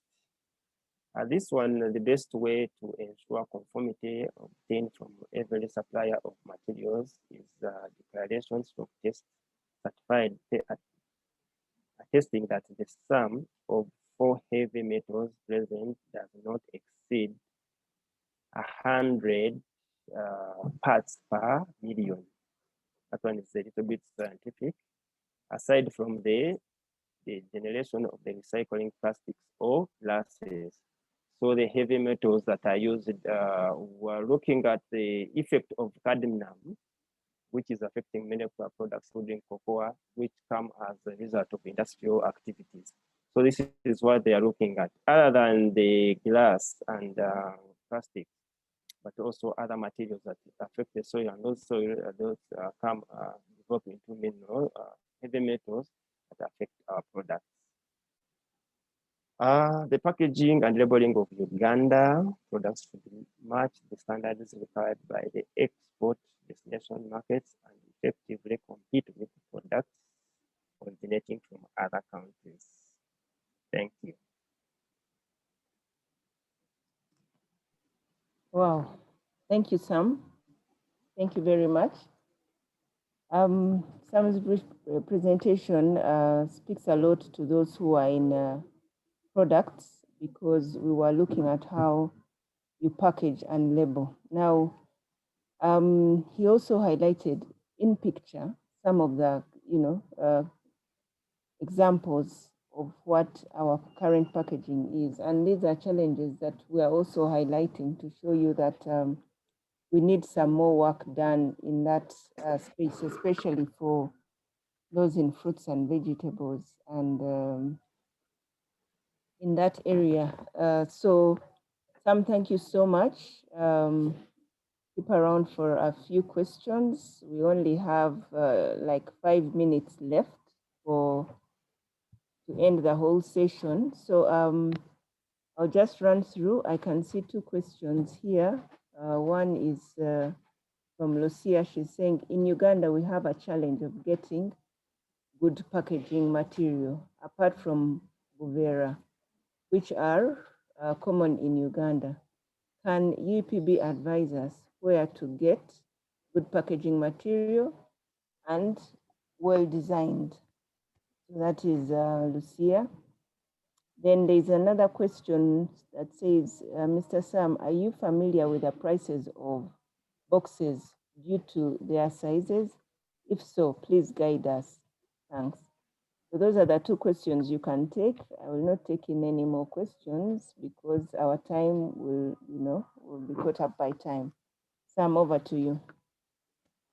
Thank you, Brenda. Thank you, Lucia, for your question about packaging. Yes, we appreciate the packaging industry is not on the higher level, but also it varies with from products to products. I know products of Madame Lucia are textile of nature. I think we'll have to engage from here going forward, because also it depends on where are we taking these products. If it's for exports, yes, we can look at having a different packaging material. But if we are looking at the local market also, we also have to consider, because the higher the packaging material you use will also increase on the cost of your product, which might affect your sales. But also, if you are supplying in bulk, it's different from when you're supplying one by one, or if you're going to put them at a display and be shops in the shop, also the packaging differs. But we'll work together. We'll see which packaging suits which market, so that we do a niche marketing for different products. Hence, packing materials. For the prices of different boxes, they differ from one company to the other, and also the grammage and the standard differ. But especially when it comes to the grammage and the mold that you want to be used, the sizes. Then what is very common and what is a very big challenge for us in packaging is the order minimum quantity. Every time people want to buy packaging materials or to design a specific and a unique packaging pack, it goes with the cost. If asking how many can you buy, they are going to tell you they want like 2,000, you want to buy like 5,000 packs. When you need like 500 packs, match 5,000 when you need 500 packs, and also it comes with the cost of storage. So at times that one affects the pricing. But we don't have specific prices, but we have different companies that we can talk to. If you could, you can share an email with one of our contacts at Cent Invitations, then we can look into different products, different companies, vis-a-vis the product you want to pack in that corrugated boxes. Okay, thank you so much, Sam. I can see one hand up from Christopher Ojok. You can raise the question if you're there. Christopher, are you with us?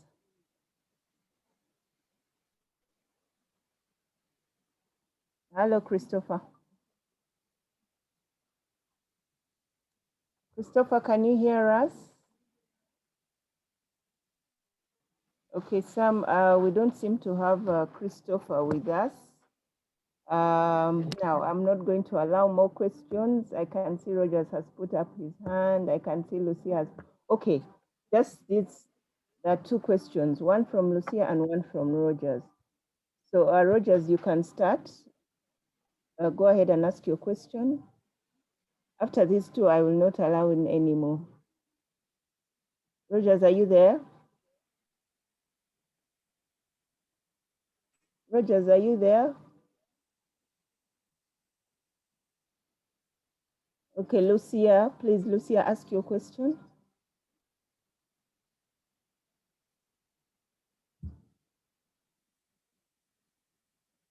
Can you hear me? Lucia, are you there?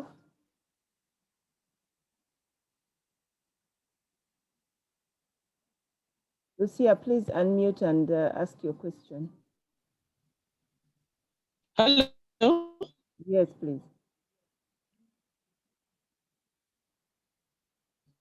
Please go ahead. Are you hearing me now? Yes, now we can hear and, you. I would like board. Are you hearing me? You are hearing Yes, me? please. I would Yes, we are like to hearing you. thank you, Export Promotion Board. Have been longing for such a training. We have learned a lot, and I think all the participants in these trainings, we have gained a lot. Thank you so much, Uganda Export Promotion Board. Thank you for bringing us all the presenters. They have trained us a lot, and I think Ugandans, this will help us to go to another level of exporting our products, because we have been talking about exporting, but we have to be prepared by Uganda Export Promotion Board. I pray that you continue teaching us like this. Ugandans, we are going to be good exporters. We are going to bring in foreign exchange, foreign currencies in Uganda. Thank you. May God bless you all.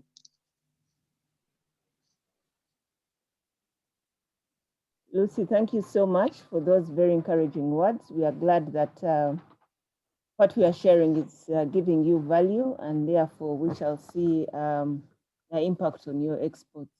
Rogers, are you there? Rogers, are you with us?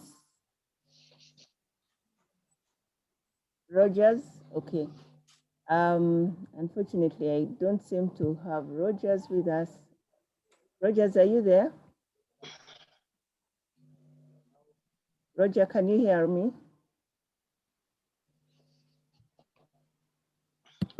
Okay. Rogers, unmute and speak to us, please. Okay, so we can't get Christopher, we can't get Rogers as well. So with that, I would like us to conclude our today's training. Today marks the last training we have for this quarter. And we fully appreciate all of you and the time you have taken. We thank you so much for the feedback that you have given us, because that will then strengthen our training programs. And in case there is any other request that you have for us, or any other area that you would specifically want us to look at that we haven't covered in the last trainings, we will be able to hear from you and see how we organize the next trainings. Now, as far as what Joy Otieno shared, we are going to share more information on that, so that we are able to have those who are interested to participate in that project. So we'll share more information, don't worry. I can see those who are asking questions about how to get in touch. We shall give you information about how we are going to be enrolling the companies that will go onto the digital platform with African 118. So ladies and gentlemen, allow me to conclude. It's 1 o'clock. It's time for you to go for your lunch. Allow me to conclude this training by saying thank you again. And we look forward to seeing you. Inquire more from us. Our phones are open. Our emails are open. Our WhatsApp numbers you all have. Please get in touch and let us build exports of Uganda. Thank you. Have a good afternoon. Bye-bye.